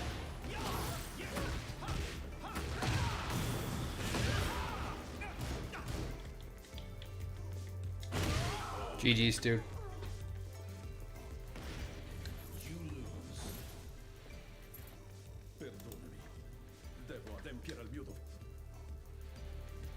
Main money YouTube. Screw this guy. Get ready for the next battle.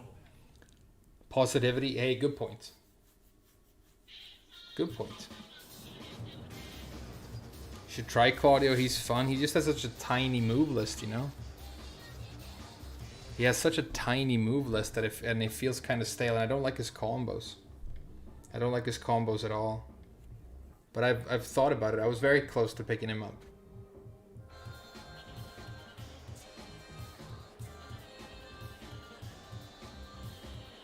Not even Claudio gets a rematch. I've been rematching every single opponent I've had for the last like 300 games. And then like I skip one Claudio and all of a sudden somebody has a fucking opinion about it.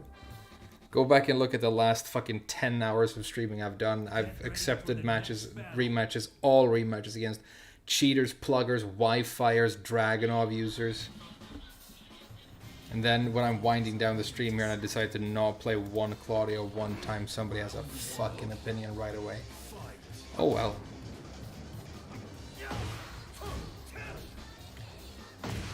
Damn, the lag. It's supposed to be a 5-bar, but it's very laggy.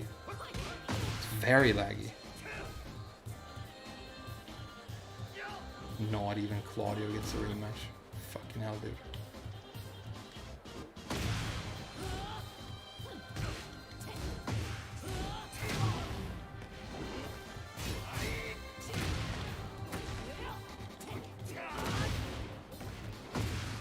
This lag is crazy.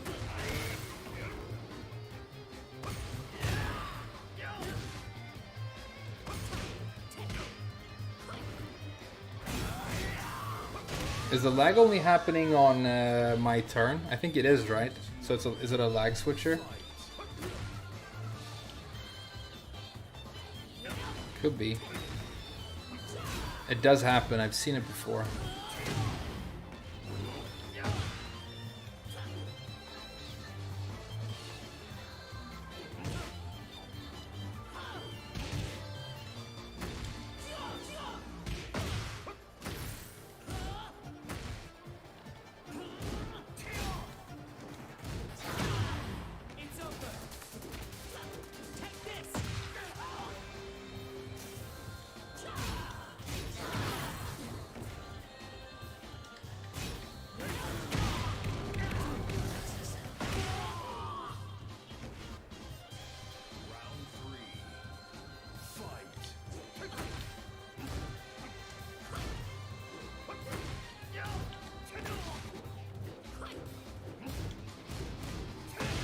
Nice, good choice, back one. It's a good choice right there.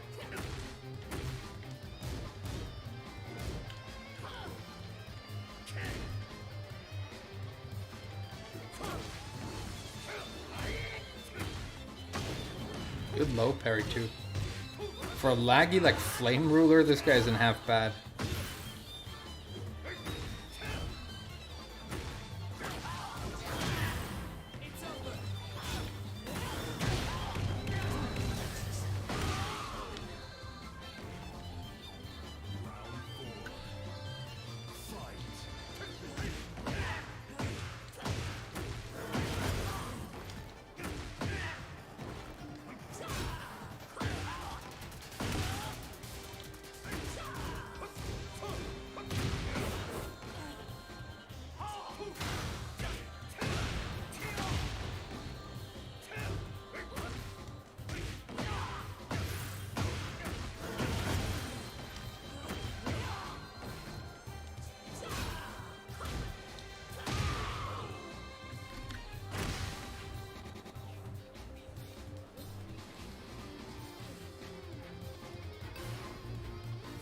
Apparently I'm not allowed to not rematch, so I gotta rematch this guy even though the connection is trash. Will you do a guide for Zafina? Yes, I will make it. I'm working tomorrow, so maybe I'll make...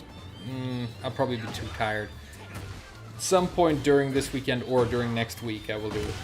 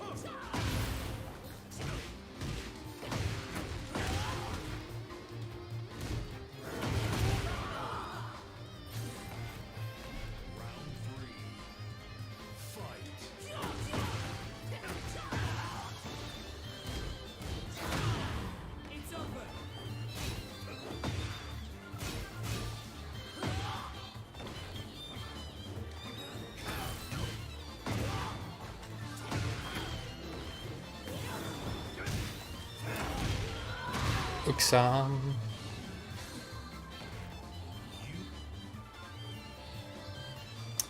Yeah, I'm liking Zafina more and more.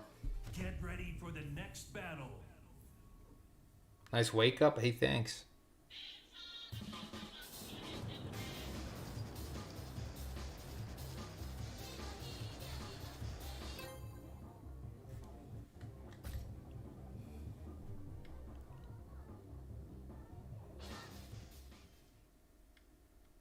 Get ready for the next battle.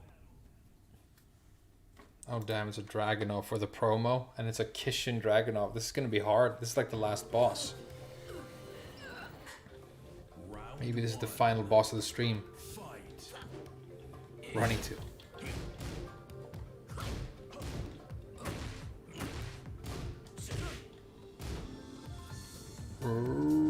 Not running to. Just kidding.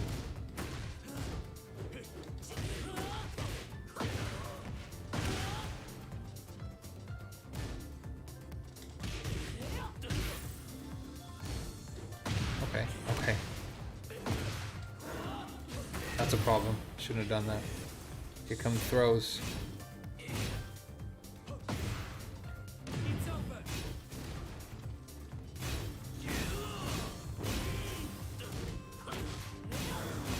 Good block, dude. Okay. Yeah, I can totally beat this guy. I'm very weak against Dragunov's grappling. I can't distinguish his throws. I should practice that, honestly.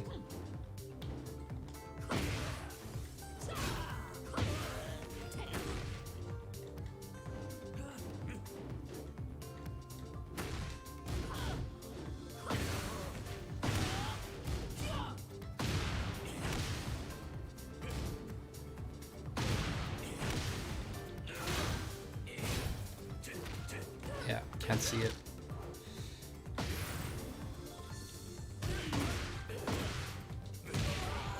GG's. Round 3. Fight.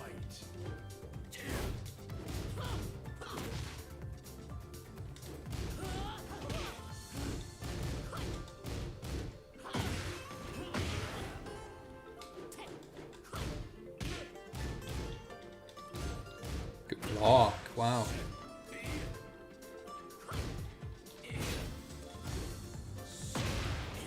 Back 1+2 as well. That's another move I just really want him to not give him anymore.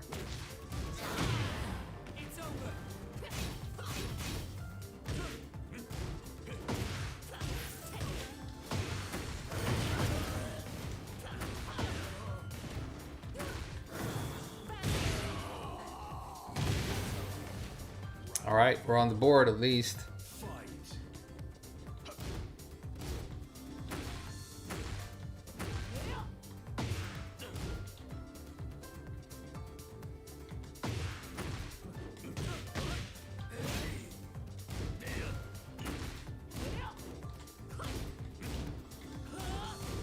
Nope. Close though.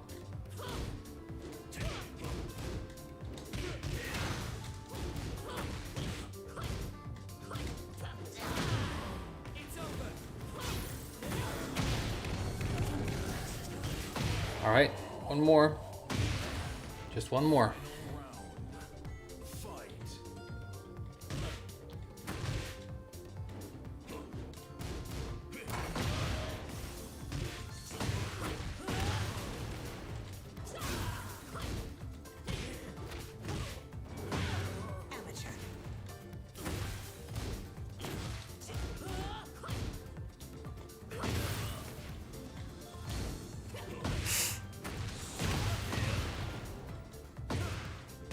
Here it comes.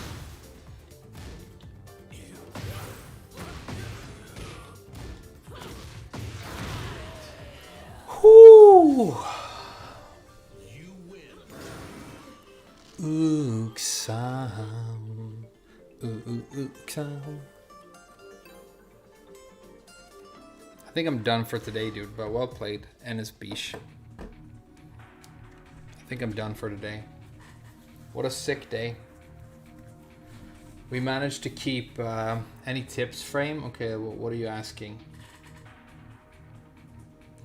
I make 2-minute guides on characters and soon various other things. Some people tend to think I'm misleading beginners or lying when it's really how I play. How do I deal with those peeps? Okay, if Kai Creates, I'm gonna look at your channel. We're not gonna play anything on the stream, don't worry. Damn, you're a handsome looking guy, dude. I think if you genuinely are being honest in your videos, and you are like, you genuinely, this is what I believe, this is what I think, and this is the kind of video that I want to make right now, then you don't have to worry about those comments at all. You don't have to worry about those comments at all. You can try and like make a witty remark back. You can completely ignore them. But what I always did, and it's different now because the last 2 videos that I've made have been so controversial and I've gotten such weird feedback.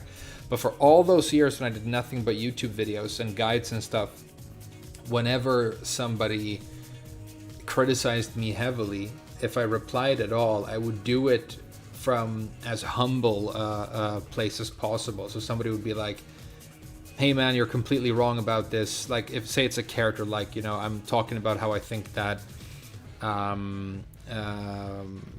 Eliza is a bad character, for example, and then people are like, Eliza is overpowered, you're crazy, you know, all the Koreans say this and think this, and this is completely misleading and trash or whatever. I'd be like, you know, I can actually totally see why you would feel like that. I just personally don't really agree based on this and this, and then I have my reasons for why I believe what I believe. But hey, thanks for watching, you know.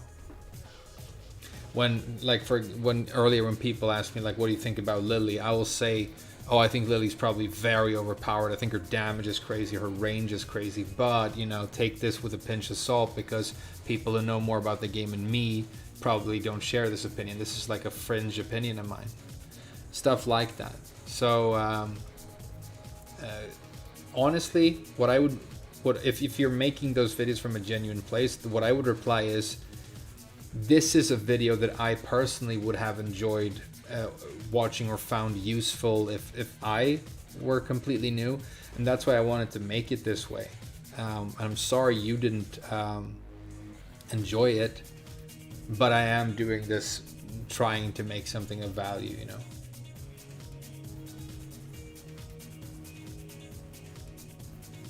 You know, I'm having some spicy comments on my videos now, but what you have to realize is that I have an average like ratio on all my content of between 97 and 98%. I don't have any,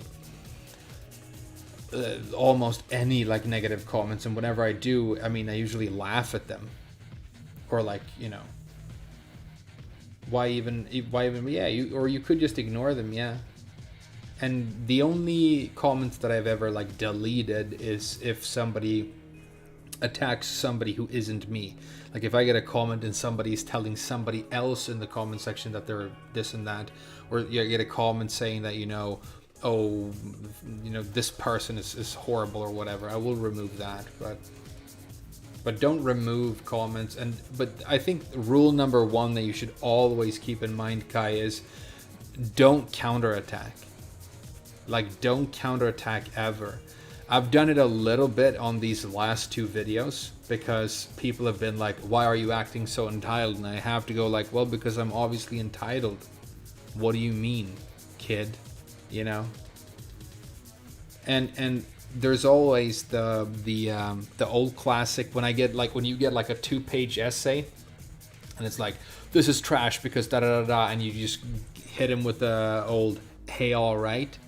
Dude, a guy was devastated in the comments 2 days ago because he wrote a comment this long, and I just replied, hey, all right, and his follow-up comment was, seriously, man? Because it's like, you know, I didn't even fucking read your entire thing. I did, though. I read all the comments. The Dizzle Donger thoroughly enjoyed it. All right, you got a little nickname. Hey, what a sick stream. I mean, as always, you know, I'm talking about the opponent's character and what I think is too powerful and whatever, but at no point during this entire stream or the fucking 5 hours that I played online before did I get like too salty or too hyped to keep a level head and keep playing well. And you know, I had a fantastic day today. I had some really great news, so I was in a very, very good place spiritually. I'm looking forward to having like a great weekend, and it just goes to show, like, for some of us, I think for me, I have pretty good, like when I'm playing really well, I have pretty good technical skill at the game, but my mentality is like my big weak point. So I have to manage my mentality and put that in a place where I can, like, you know, play these matches. But super, super happy about the Tekken King promotion. That was my, like, I wanted to get that rank this early in the game because I feel like that's the cutoff point for the really high ranks. And I want to, you know, remain within the top 50 Alisas, which I am right now, so that feels super good. We're doing better with Zafina, you know, there's going to be a guide on her soon. And, you know, what a great, like, positive stream, which is, you know, great considering, you know, we had a shitty one yesterday. You called out Jack a few streams ago. He was on Wi-Fi. You called him sus probably plugger and he plugged on you. Did you make a clip out of it? Am I allowed to do it? I did not make a clip out of it. I think I reported him.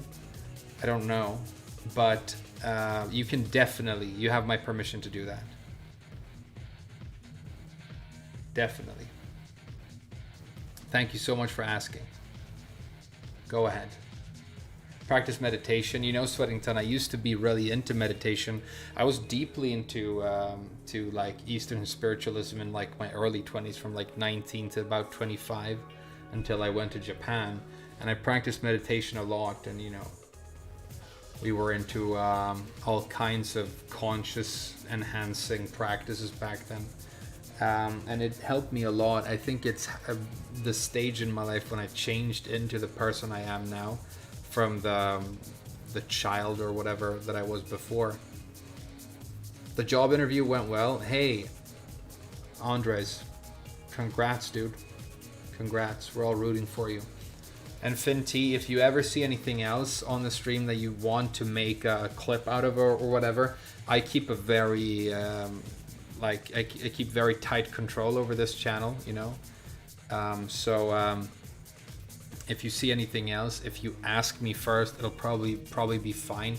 But please just ask me first, because I've had people like lift entire videos off me before, and, you know, it's not like I go after them and I'm angry, but I want, this channel is all me, you know. There's no editor, there's nobody writing the script, there's no collab.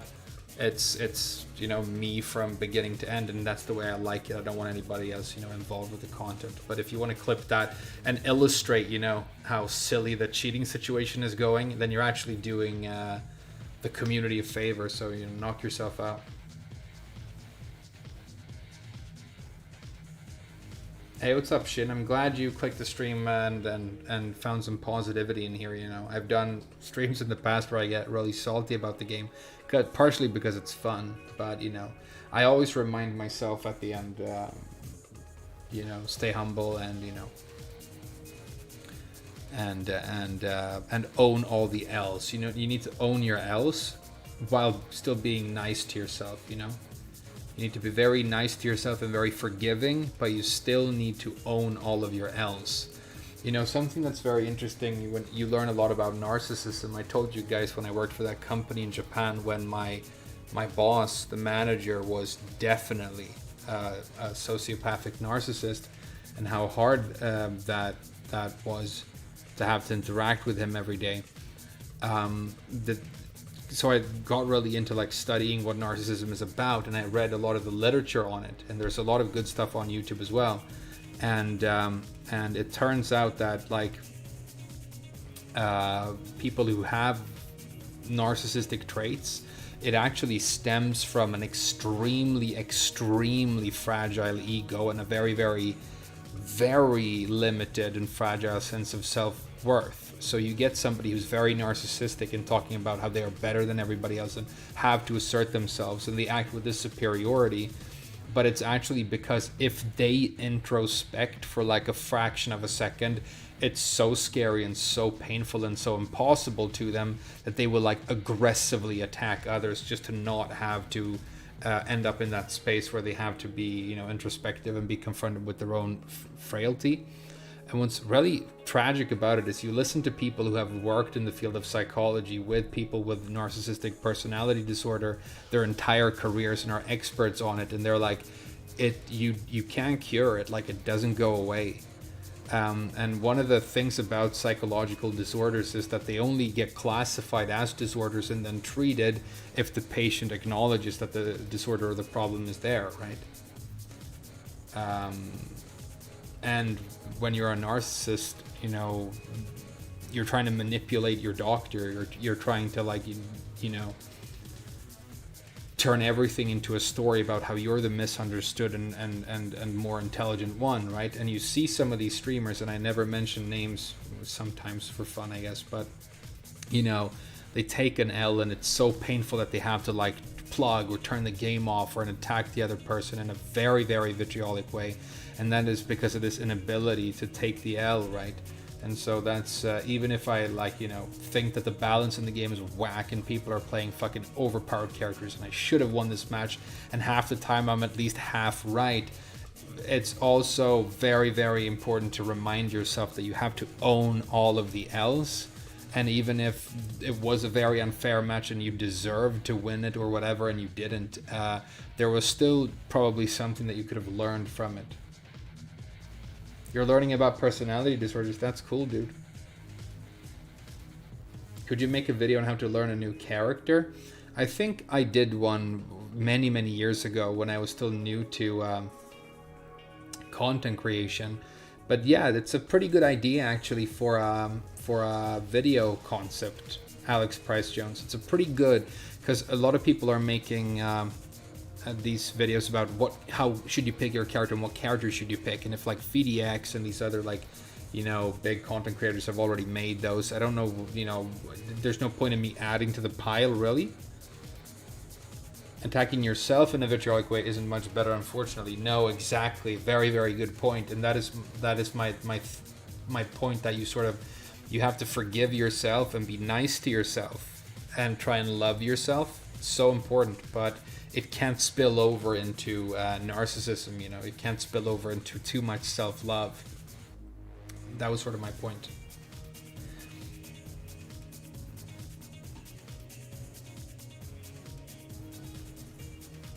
Hey, thanks a lot, Shin. Thanks, guys. Thanks for watching the stream, and I will consider making a video on how to learn a new character at some point. That's a pretty good idea. The last character that I had zero experience with and that I actually learned how to play from scratch was probably Negan, which is crazy to think because that's a long time ago now. Why does Jun have a 70 plus 10 frame punish from crouch half screen? It's because Jun is basically DLC. Some of these characters are basically DLC characters in the base roster. There will be more balancing, but it's kind of shocking how much whack balance made it into the final product, and that we've only had one emergency patch that only adjusted pretty minor things for both Devil Jin and Dragunov, and then some other, they removed Reyna Infinite on Bears and some sort of whack Nina launcher, but my ex-wife was perfect at masking her narcissism. Oh, she had borderline as well. Dude, that must have been really tough for you. I can only imagine. I'm sorry, I mean, I don't know what your situation is now, but I'm sort of glad to hear. What do you think are the broken characters? I mean, if we're talking about broken in the sense that they can break the game, the traditional meaning of broken, then Jun fell in that category earlier when she could reset her combos and stuff. Now Victor is broken because he has broken throws that you can't break. It's a bug in the game. But Victor is not necessarily super high tier. If we're talking about what I think are the best characters, the characters that are way, way, way too good in the game and too powerful, the list for me of the top, the mega tier is it contains Jin, Devil Jin, King, Xiao Yu, and Dragunov. I think that's my top 5. I think that might be the 5 that you really need to look at. I'm not sure about Feng yet. I think Feng is very strong, but he can lose. There are things you can do. I think Jack might be crazy, but we just don't know yet, you know. Jack seems to be able to do some really, really crazy stuff, but we don't know yet. I think maybe June should be up there as well with that top 5. Even though she has been nerfed a bit, June is still kind of crazy. And then you have like a tier under that for characters that are just very strong. And that's where I would put, you know, your Fang and your Lily.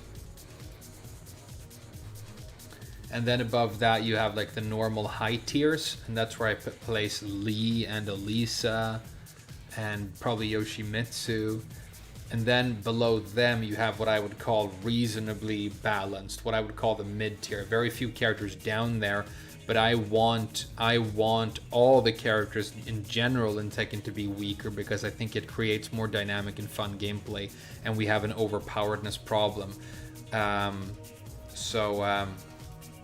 But the reasonably balanced sort of mid tier, I would place Shaheen and probably Claudio and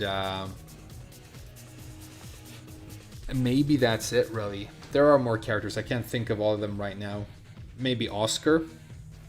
And then below that you have trash tier and then Zafina. And Zafina should be alone in the bottom tier, because there's no other character that is as weak as her, unless you want to make an argument for Leroy being that bad. But I think Leroy is in like the reasonable tier, you know, along with Shaheen and stuff. But you don't want to be reasonable in this game. Really what would be best is for all the characters to have the same play rate. That would be super sick if we could come to a situation resembling that. But who's Shaheen? Haha. Very funny. He's super cool, dude. Try him out. He's fucking cool, dude. I promise. Fucking Falcon sounds and knife hand moves, and he's fucking advanced now. Shane is sick. But I think you're never going to end up in an environment where all the characters are equally popular. But I think the developers should strive for all the characters being equally powerful.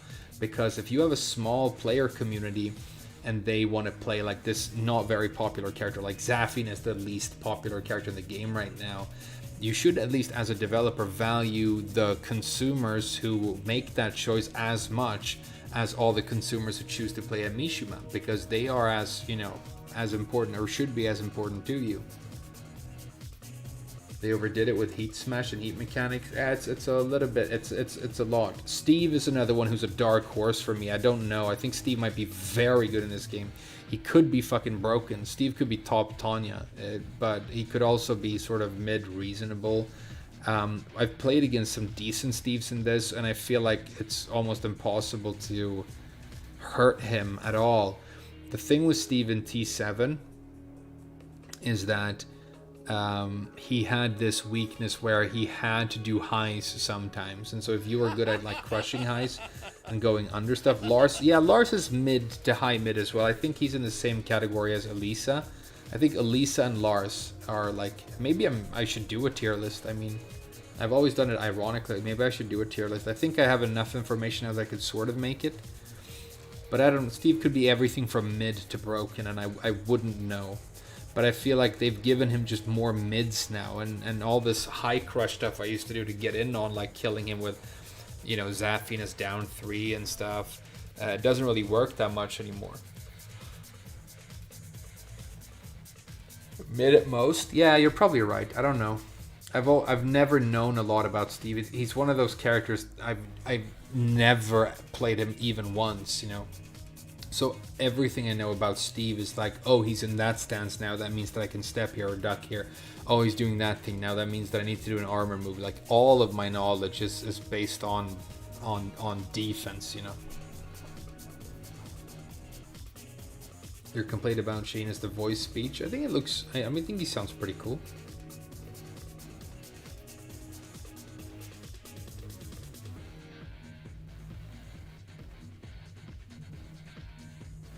Alright guys, lovely day, lovely stream. I had some fantastic news today and it made my life just a whole lot better.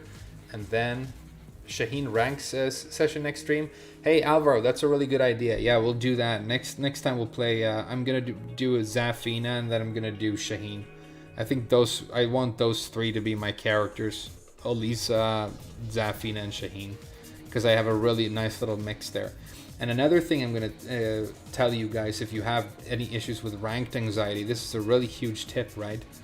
I just got like Tekken King on Elisa, and it feels really good. Like I got Bushin, and I was like, damn, I don't want to lose my Bushin, but I had to push myself past the anxiety, go into ranked, and be confident that I could push higher, right? And I did. When I did, now if I just want to like chill at Tekken King for a little bit and not push harder, I could have a strong alt character that I also really enjoy, and I could try and make her catch up to that rank.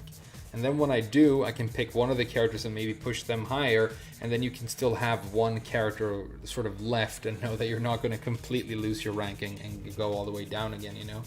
So having two characters and progressing them along one another is actually a really good way of mitigating some ranked anxiety. Alright guys, I'm going to go to bed. Maybe I'll see you tomorrow. I mean, I get off work like late. I won't be home until like 7, but we'll see what happens. I love you in a serious, if platonic way, and I love doing this. And we're gonna fucking do this for years with this game, dude. It's gonna be so much fucking fun. We're gonna meme on all the fucking Eddie players. We're gonna meme on all the fucking Marduk players. We're gonna meme on the shop when that comes out.